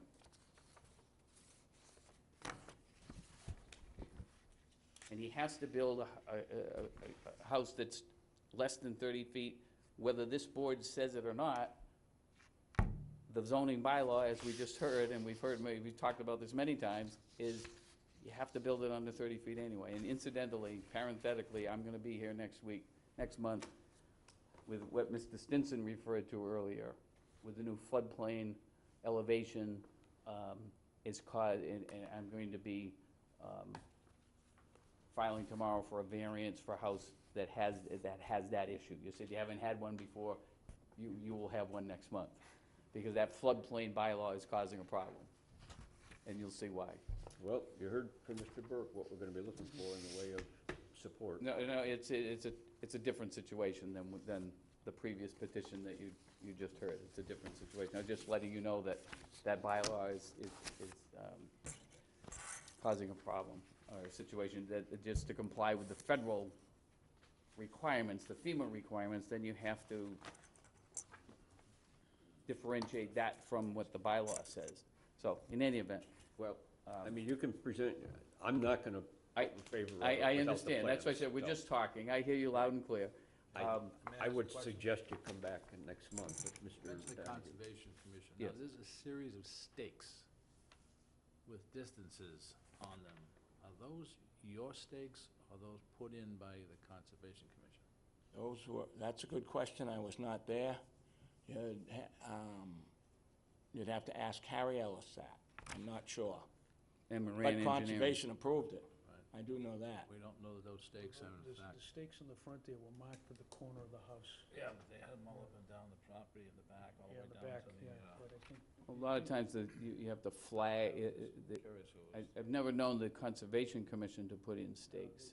They have, the petitioner's engineer flags them, Lynn Hamlin flags the wetland vegetation, et cetera. So we can come back, we can continue for a month, we can come back with, and submit prior to the hearing, revised plans that are more suitable to your requirements, and ask for the special permit at that time. Question. Good. Where's the existing 15-foot front setback? I see the 8.5, but where's the 15? If you look at the, I guess I have to. this corner, Ms. Muller, of the house, it Yes. says 15.1 from Shore Drive. it was, I see 8.7, I see 8.5. You're looking on the proposed conditions plan, there's two plans, you should have the second page, Oh, okay, all right? that's, okay. That's- I would suggest, I mean, if clients got to, go ahead and draw up drawings, I mean, otherwise, just so you get a sense of where the board is, I don't have any problem with this concept. Yeah. It's what we're approving. Right. I think it's a nice spot, you got a good location, that big wide area out there isn't gonna affect anybody bringing that house out front. You're eliminating an old, cesspool or something that's out there, or a modern septic system. I mean, I see nothing but pluses, so my sense is if you're reluctant to go ahead and charge forward with your plans, I don't know if other people feel the same way, I'd go ahead and do it. And I'm assuming the rest of the board feels the same way, Mr. Chairman? To what, hear it now? No. Decide now? Or No, continue it? That otherwise, once he submits a whole set of plans. Oh, yeah, I think we should think- continue Yeah, the but he case. Yeah, but I won't be don't think we wasting had his any- we don't time have and any other money issues to- with the front. Right. I didn't see any issues except for the drawings. Sure. Yeah. Or lack of Yeah. drawings. Okay, I will entertain a motion on case 2017-32 to continue until 11/29/17 at 7 PM. Also move. Second, Mr. Donahue, all in favor? Aye. Aye. Opposed? Okay, we will continue the case. Thank you very much for your consideration. Thank you. And your advice. I used to have a MASH tent up there in the 50s, that's what was there. A tent? I had the original electrical permit from 1977. There was no electricity up there until then. I That assume, wasn't that long ago, was it? Now we got a new tar road. I assume the variance was granted before the Gale case, because you needed a variance in those days? Okay. Yes. And are you, well, we continued it, I'll ask the question next time. Very good, All right, thanks. thank you. Thank you very much. Okay, Mr. Clerk. Case 2017-33, Stephen Hellbridge. Through his agent, Attorney Andrew Singer, has applied for a special permit to change, alter, and extend a pre-existing non-conforming single-family dwelling by constructing an 18-foot by 22-foot addition and porch. Thank The you. application is pursuant to the Code of the Town of Harwich, Section 325, Section 54, as set forth in MGL Chapter 48, Section 6. The property is located at 18 Bayview Road, map 14, parcel 11, and parcel 17 in the RL zoning district. There's no interdepartmental comments on this, so I think that's the record. Okay, Thank you. Good evening. could Attorney Singer identify yourself for the record, please, and who's at the table with you? Yes, for the record, my name is Andrew Singer, attorney in Dennisport, here on behalf of the applicant. And with me is Allison Alisi, who is the project architect from A3 Architects. And a couple things, just want to, two things to preface. First, this is not a raise and replace, so very different from most of what you've seen tonight. It is a addition. Second, it's one story. So height is not going to be anywhere near the conversation that we're going to be having with you. Started out fine. I did hand you some photographs that I took from Google Earth, and then a picture at the end, which is, I actually took a picture, there's a lot of heavy vegetation in front of the house, so I took a picture from where you can see it, in front of the driveway. We are here on behalf of Mr. Trowbridge. This is a very unique property. It's been in the family forever, and as you can see in the back, it's quirky with that ancient tennis court that's back there. You also read that you read two map and parcel numbers. The town has actually now combined them, so it is actually one. We had to do some research with them to figure that out, but it is one there. The lot is non-conforming as the lot area, lot frontage, and site coverage. The main dwelling, there are two houses on the property, so the main dwelling, which is what we're working with before you this evening, is non-conforming on the southerly side setback. We're not working on that side of the house, but that part of the house is non-conforming. The rear dwelling's non-conforming as well. Building coverage is conforming. What the applicant's proposing to do, and you can see it on this photograph, it's right here in the middle of the house where you've got the two larger wings at the end. In the middle, they want to remove that little screen porch, build an addition in that area, and have then another proposed 7x4 porch and a new patio on the back. And that's what's shown on the site plan before you. So we're requesting permission for the one-story addition, the porch, and the patio. Now, all of the construction that we're proposing is conforming to the setbacks. Meets the front, side, and rear setbacks. That is not an issue in this case. Building coverage is conforming. That's not an issue in this case. As Mr. Chesley wrote in his referral denial letter to you, the issue is site coverage. We're over today, and we are increasing it by 2.1%, so that requires a special permit review under A42. So that's why we're here before you this evening. And obviously, you know the standard, is the project going to be substantially more detrimental than what is existing to the neighborhood? And we would submit, and that's why I gave you the photographs as well. And just to point out, maybe on the second photograph where I gave you the blow-up, you can see the house. It's obvious, there's actually a pin on it from Google Earth. And then this is the second house in the back. The property ends right there, and then you can see where the tennis court is. I have to mention this, it's late, and I found it very interesting, so I think I'll tell you this. I was doing research, and I found a map, a recorded plan from July 1922 showing that tennis court. The tennis court's been there for 95 years at least. The reason why that's important is, frankly, that's why we're over on the site coverage. If it was a grass tennis court, we'd be fine, but it's not. It's a paved, well, I'm not sure what the material is, but it's impervious. And so we would respectfully submit on behalf of Mr. Trowbridge that the proposal before you on the site plan for the one-story addition with the patio and the porch out front will not be substantially more detrimental to the neighborhood. The single-family use of the property is not changing. There will be no change in any of the non-conforming dimensional setbacks on the property. We're staying completely away from those. And as I mentioned, the dimensional setbacks are more than conforming for everything that we've proposed. Building coverage is gonna remain conforming, it's only gonna be 11.3%, and that's with the two houses on the lot, so it's well under the 15% allowed. The non-conforming site coverage does go up to 2.1%.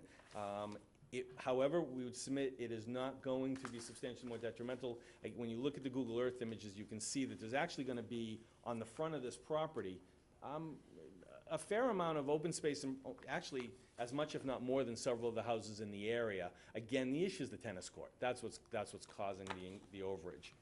The building height will be conforming. The proposal we would submit is in keeping and compatible with the character of the neighborhood. This property did go through historic review in July of this year, because although it's not a raise and replace, where you put the addition on, you have to take a wall out. And so, because the house, this, as I said, has been in the family for generations, I believe. The Historical Commission did have to review it. They did review it, and they determined that they didn't impose a demolition delay. They're not taking the house down, it's just an addition. They were fine with it. There will be no negative impact on water supply or drainage. There are no wetlands. This is not, there's no really any environmental issues. And we're not gonna cause any undue nuisance hazard or congestion, and will not adversely affect the public health, safety, convenience, or general welfare of the town. For all of those reasons, and we have all the tables on the plan showing all the numbers I just mentioned, we'd respectfully ask that you make finding that the proposal will not be substantially more detrimental to the neighborhood than the existing conditions, and grant the special permit to allow the additions as shown on the plan. If you have any questions, we'd be happy to answer them. Mr. Campbell? Just a question, with the name A3 from? Oh, My initials? oh. Mr. Donahue? No, we haven't got any questions on this one. Mr. Burke? No questions?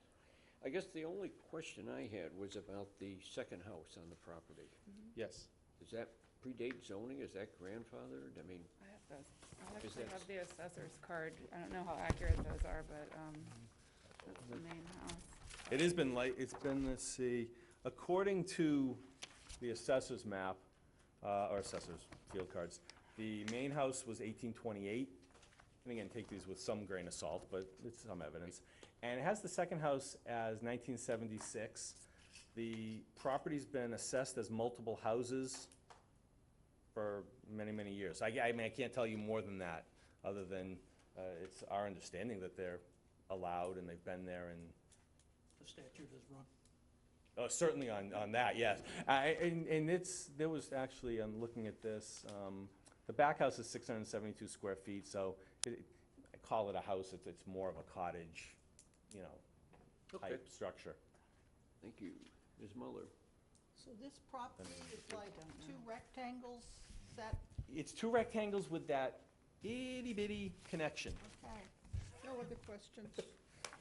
Anyone in the public want to comment? Mr. Chesney, you're the semi-public, I guess. You're actually. We have his letter in the official. file, but. Okay, any further comments from anybody? No, thank No? you. I'll entertain a motion to close the hearing. Second. No, we got to move. So Oh, moved. Mr. Burke, I'll okay, second. second. Wait, you gotta- Mr. Burke, Mr. Campbell. I'll entertain a motion in the case, please.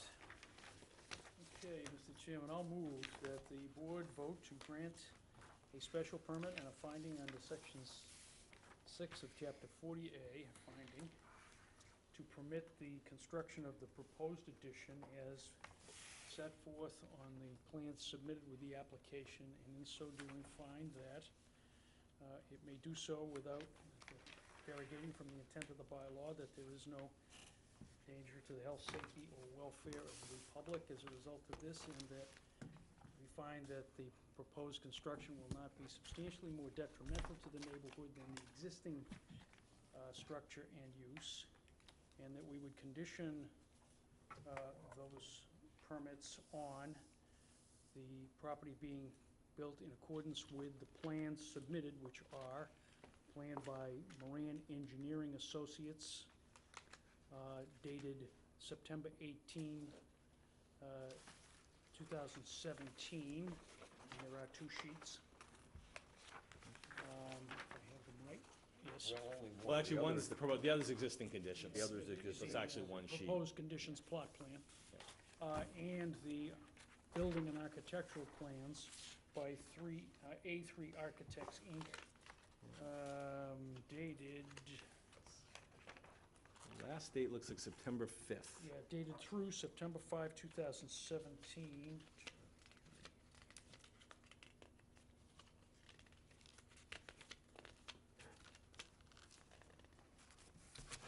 And consisting of 10 pages in total. And that we want our usual imposition of that We there probably should. will be no construction or demolition or landscaping on the property between June 30 and Labor Day of 2017 and 18. Could I ask one clarification on that? What we're gonna call the Mr. Ryer rule, because Mr. Kroll really doesn't like to be on that. When I was here with you last month or the month before and we did it, we had, I mean, this might be in the decision, but you had clarified at that point that it was no exterior construction and no new landscaping. Yes. I just wanted to make sure that's what we're talking about, so Yes. interior work is So fine. that should be in the, And we'll New so state landscaping. condition. Yeah, so yes. no exterior construction or new landscaping, or demo, Or certainly, demo. between June 30th and Right. Labor Day. Okay, I so move. do I have a second? Second. Any discussion? All in favor? Aye. Opposed? Special permit granted. Thank you very much. Appreciate your time. Thank you. Okay, this is You want these? name, so this, Plans for returning to the building. Yeah, if you're gonna be throwing anything away, I will take it, There and you we'll go. try to recycle. there you go. That is the weirdest property. That's the weirdest shaped property. Very unique, yeah. So I we actually went have over to 34 on the other side to see and- the tennis court. I had to do Yeah. that too, you have to go to the other street, otherwise Yeah. you can't see In the it. backyard of the other home over there. Exactly. And it was I there agree with you before the about lots those were even, plans and and that's that. why the lot I belongs just around the couldn't do tennis that. court, because it was there. Interesting configuration. Early It 20th just- century. That must have Download been them quite on the something internet. when that land Right, transaction but I was. just, I'm not gonna stamp them in, yeah. because then when they go to Ray to get Thank a you. building permit, I mean, you know they're gonna be different. It sort of harkened back to the guy that was trying to hand draw the swimming pool that time. Well, Mr. Chesley's here. I have a question for the building Hey, wait, department. let me finish stamping these.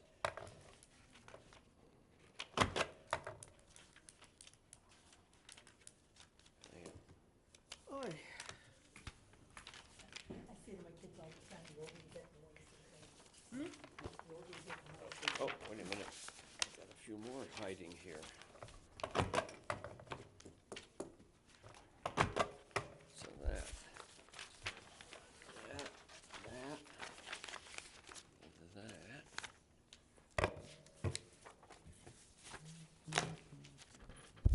okay, And it goes to what Mr. Burke had been saying.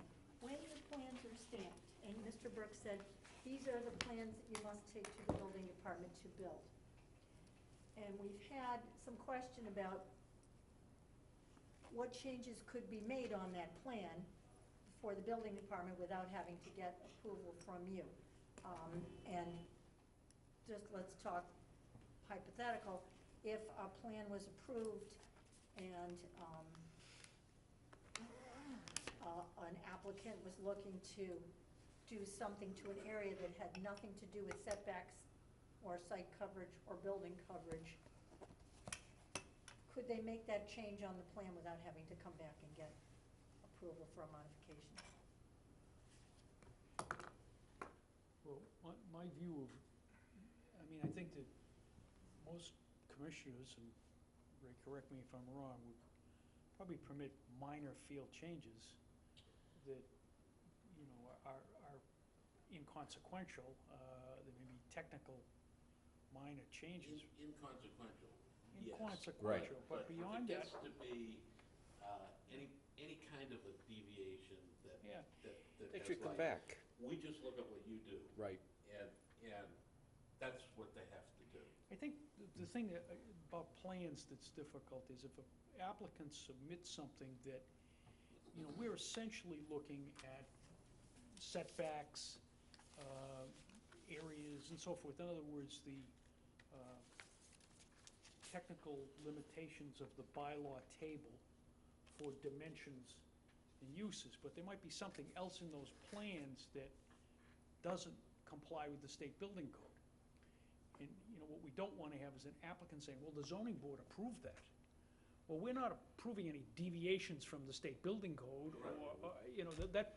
We understand that. We're not granting those kinds of, you know, relief, and the other part about a finding too, a section 6 finding, is when you consider what's substantially more detrimental, it's not simply the dimension of the building. Right. It might Perfect, be, yeah. yeah, it could be. Perfect example could would be be just- the swimming pool. Instead of taking it out, they show up with the to the building commissioner's office, and they've added the swimming pool. Well, let's, Right. Never came before us. let's say that they're moving a building, they already have a front yard setback, nonconformity. And they come in under Gale and say, well, we wanna make that more intense, so we wanna move the house a little closer to the street. But they wanna also build the building up to such a mass, although it conforms to the height requirements, the mass of that building might be such that it is detrimental to the neighborhood in terms of casting shadows, provides obstruction to traffic, I mean, things like that. So that's relevant, what this building looks like and how its presence on the street is presented might actually have a bearing on public safety. And even though that building conforms to the height regulations, we might find that it is substantially more detrimental. And that's why we can't just take some plan off the internet Right. So that's kinda close. Because he could make it look like a bunker. That's, yeah, that's. Well- I try to draw the line that unless it's really, really clear to me, and that I'm not making a judgment call, that's not mine to make, I refer it to you folks.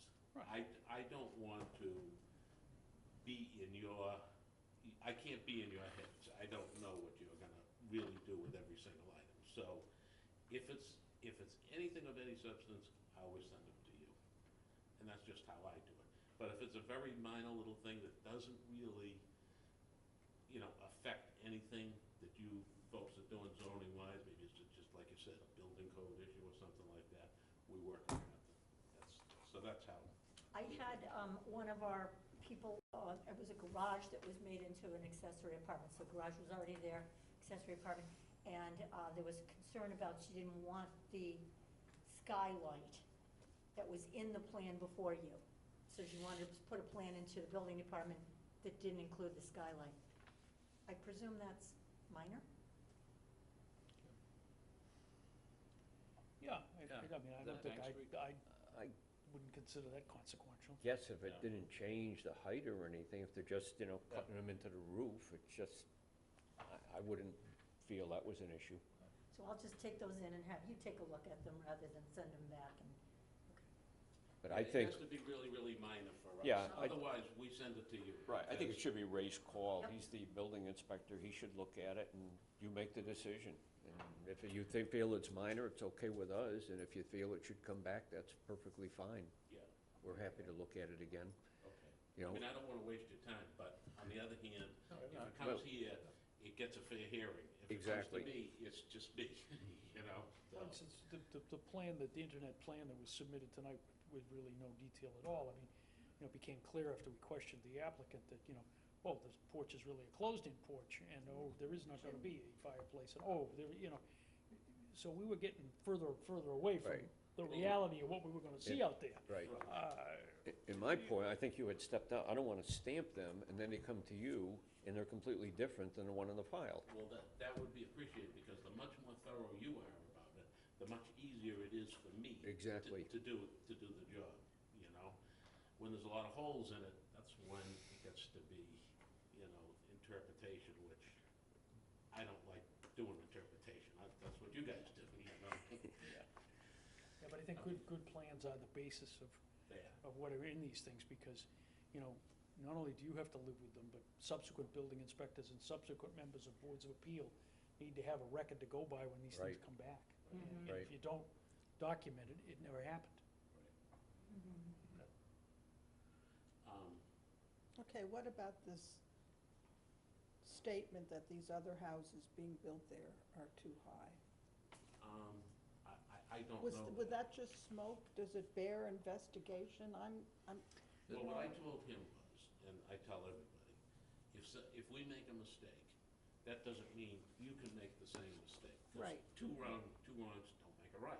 So that's what I tell everybody. But if you want to file a complaint that these houses are too high, we'll investigate the complaint. You got, understand, this height calculation issue has come up in a number of towns, this particular kind of definition.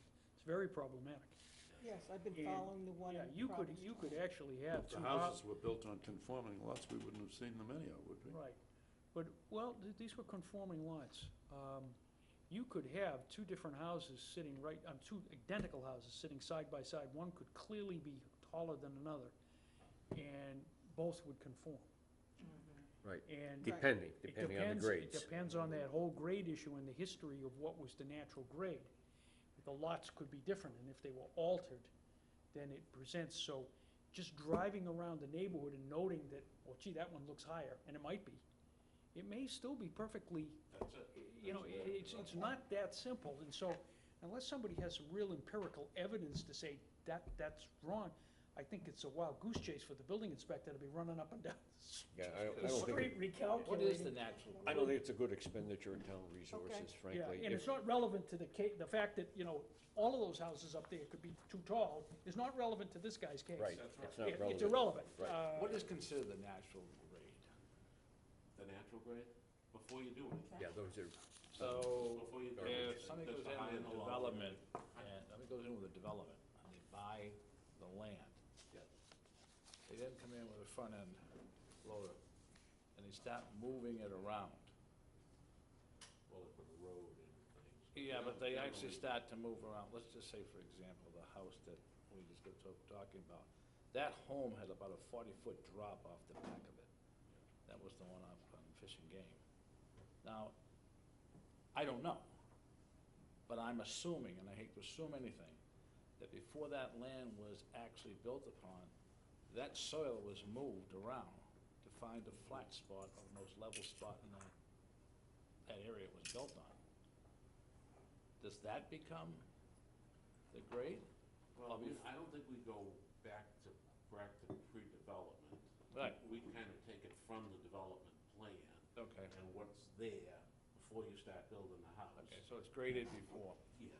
yeah, okay. Normally in a subdivision, part of what would be submitted would be a topo of the plan, of the land before development anyway.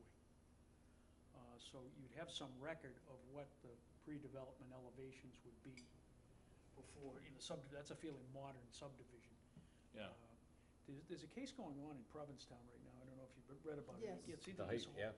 this whole historical Yes. Yeah. thing about, they're going back into the Yeah. 20s and 30s and Yes. looking at yes, historical data about, those condos. oh, it's a real, and that's what makes these kind of definitions so problematic. They're very, very hard to, you know, where do you start? Yeah.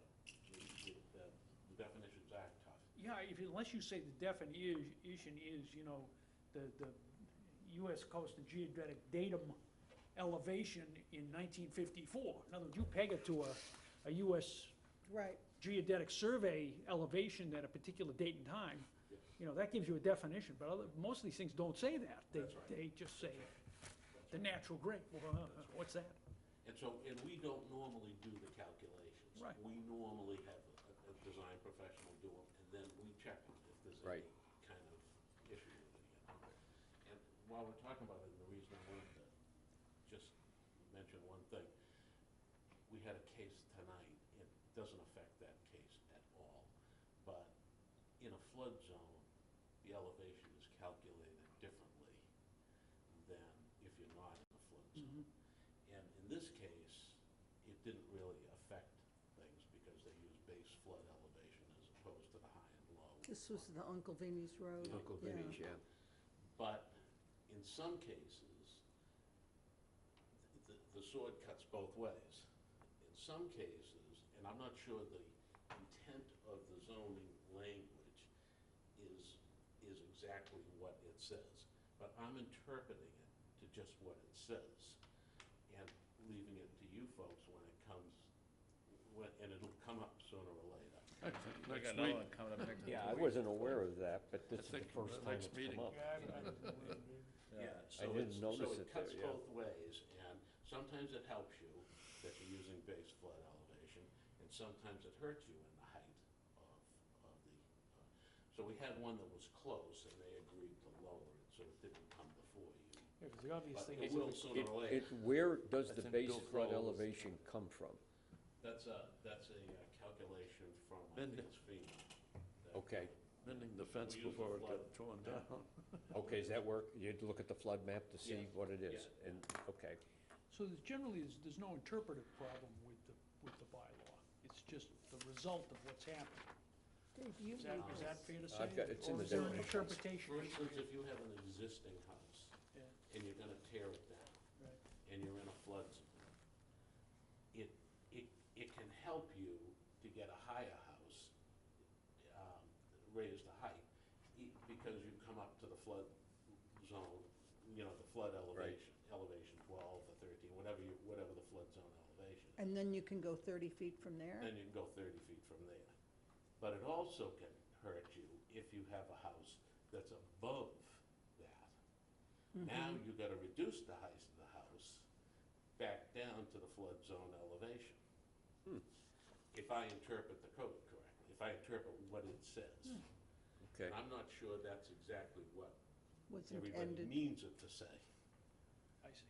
But, so sooner or later it'll come up and it'll Right. be in front of you guys. Sounds like it's gonna come up next month. It might be, yes, it sounds like it. Yeah, so I just wanted to point that out. that Okay. that's- We all gotta that get a might- copy of that. Oh, okay. It's in the Yeah. bylaw. It's in the definition. I just never saw it there. I just kinda quickly glanced, I didn't see it. It's Okay. in the building height Yeah. definition section of building height. All right. It's here. It's right at the bottom, never, I didn't even, Al, do you have a book?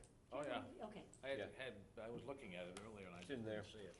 In that B section right there. And while I'm okay. talking about books, we have an MCLE, Mass Continuing Legal Ed Okay. book Thank you. on zoning. It's a 2-volume detailing various cases and interpretive. We've just had an upgrade on that. It's available for any of you to come in and borrow overnight and do some research through, or just do some cruising through. You can come on in and take it in here and look at it. Just want to let you know we have it. We spoke about that, you and I, over. right, and we're Emails letting back and people forth. take it overnight, as long as you bring it back. Exactly. You So they sign would out. sign it up from either me or Right. from the commissioner, yeah. I use it every day. Okay, the other thing, what was the other thing? Correct me if I'm wrong, the gentleman that was in here with the home that's being taken down and rebuilt with the plans from the internet. Did I understand him or did I misunderstand him? When he said he was gonna close the porch in and the porch was going to have a foundation underneath it? He said that, correct. Okay. But we'll see him next time, because he's coming in with plans. What Well, it's prevent- really, the what building prevents comes out, that? the building comes all the way out. I understand that, but why could that not become a bedroom? Down the road, it could become a bedroom. Yeah. I'm just saying, the foundation underneath it, given the current structure of that home, which is minimal. You know, anyway, just throw it out there. Advertising budget. We had to increase it by $200. We're $200 short. No, well, we were just looking actually for the 2018 budget. That was what I was Okay, bringing to you, because in November, we're collecting information for that to propose for, because the budget gets finalized in June for fiscal year July, sorry. do our filing fees for the cases not cover the advertising anymore? I'm not sure that there's an equal, we have a budget for expenses, and then we have the revenue. So if we would like to increase budgeting going forward, we could also increase revenue. You have to put that, But doesn't, the revenue just goes in the general fund, doesn't it? It's not earmarked for us. I believe it does. We don't have a revolving fund. But does the revenue cover our expenses, or do we need to increase our filing fees, is my question. And I can't answer that, whether we need to. I think it would make sense if we have more revenue, it's easier to justify having more expense. But, Because we haven't increased the filing fees for 3 or 4 years now. What's our fee now, is it? 315.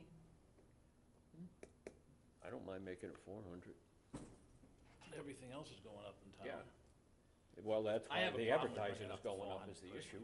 I don't You think, have a problem, what, Al? Bring it up to 400. I don't think we should increase It's the just fees kind of without arbitrary. some Let's bring it up to 400. data about whether or not it's justified in terms of Okay, maybe you could look at our revenue against expenses for next month and bring Or it to perhaps us. check around towns, other towns, and see what they are charging. Well, no, we just want to see what comes in as opposed to what goes out, and then Okay. we'll make a Right. decision based So on that we're that. self-supporting. I just don't wanna see an arbitrary number thrown out there. I would agree. Okay, And when you say let's go from 350 to 4, that's what, almost It's it is an 315. arbitrary number, I admit it. 315 to 4?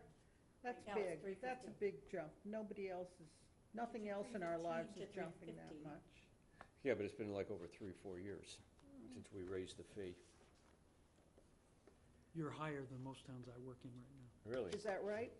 Well, But if we're not, if we're not covering the advertising, we should raise it, so we balance. Why don't we just get a number so we know what we're talking about? Yeah. right. Okay. You need to have something before we just, Okay, the other thing was, Shayla and I agreed that we will not meet on December 26th. Oh, what a good idea. Why? We were gonna meet the week ahead on December 19th. Just, that didn't seem like a good idea. So we always have the last Wednesday of the month, so I Right. need to start booking our room. And I looked at it, and it's the 26th. I figure a lot of people will be. Now, this is 2018, not The this year. 2018. 2018. Oh, that's a long way away. 2018. But I have to book Right, but it. she's gotta put the schedule We out. could all be learning Korean by then. Okay, I have on the minutes, 2 comments, 2 minor ones. I'll give this to you. It said agenda, it needs to say minutes. Oh, thank you. And the other point is, I guess it would be case 2017-19. The second paragraph, it says Attorney Shealy agreed to a continuance because there were insufficient members available who have been present at the original hearing. I think we should add, and the survey requested by the board has not been completed, because he admitted it wasn't Did you completed. write that in that? Can I grab that and just take it? So I'm gonna give them to you. So with those 2 changes, I'll entertain a motion to approve the minutes as changed from So our September 27, 2017 meeting. Second. She's so moved. Somebody moves? All in favor? Aye. Opposed? Does anyone have any further business? I'll entertain a motion to adjourn the meeting. So moved. So moved. Second. All in favor? Aye. Ray, thanks very much for coming out. thank you, thanks. That was Thank you. really helpful. Thank you, Mr. Chesley. Now, you'll have to come again next month, because we're gonna, How to come because of the J.C.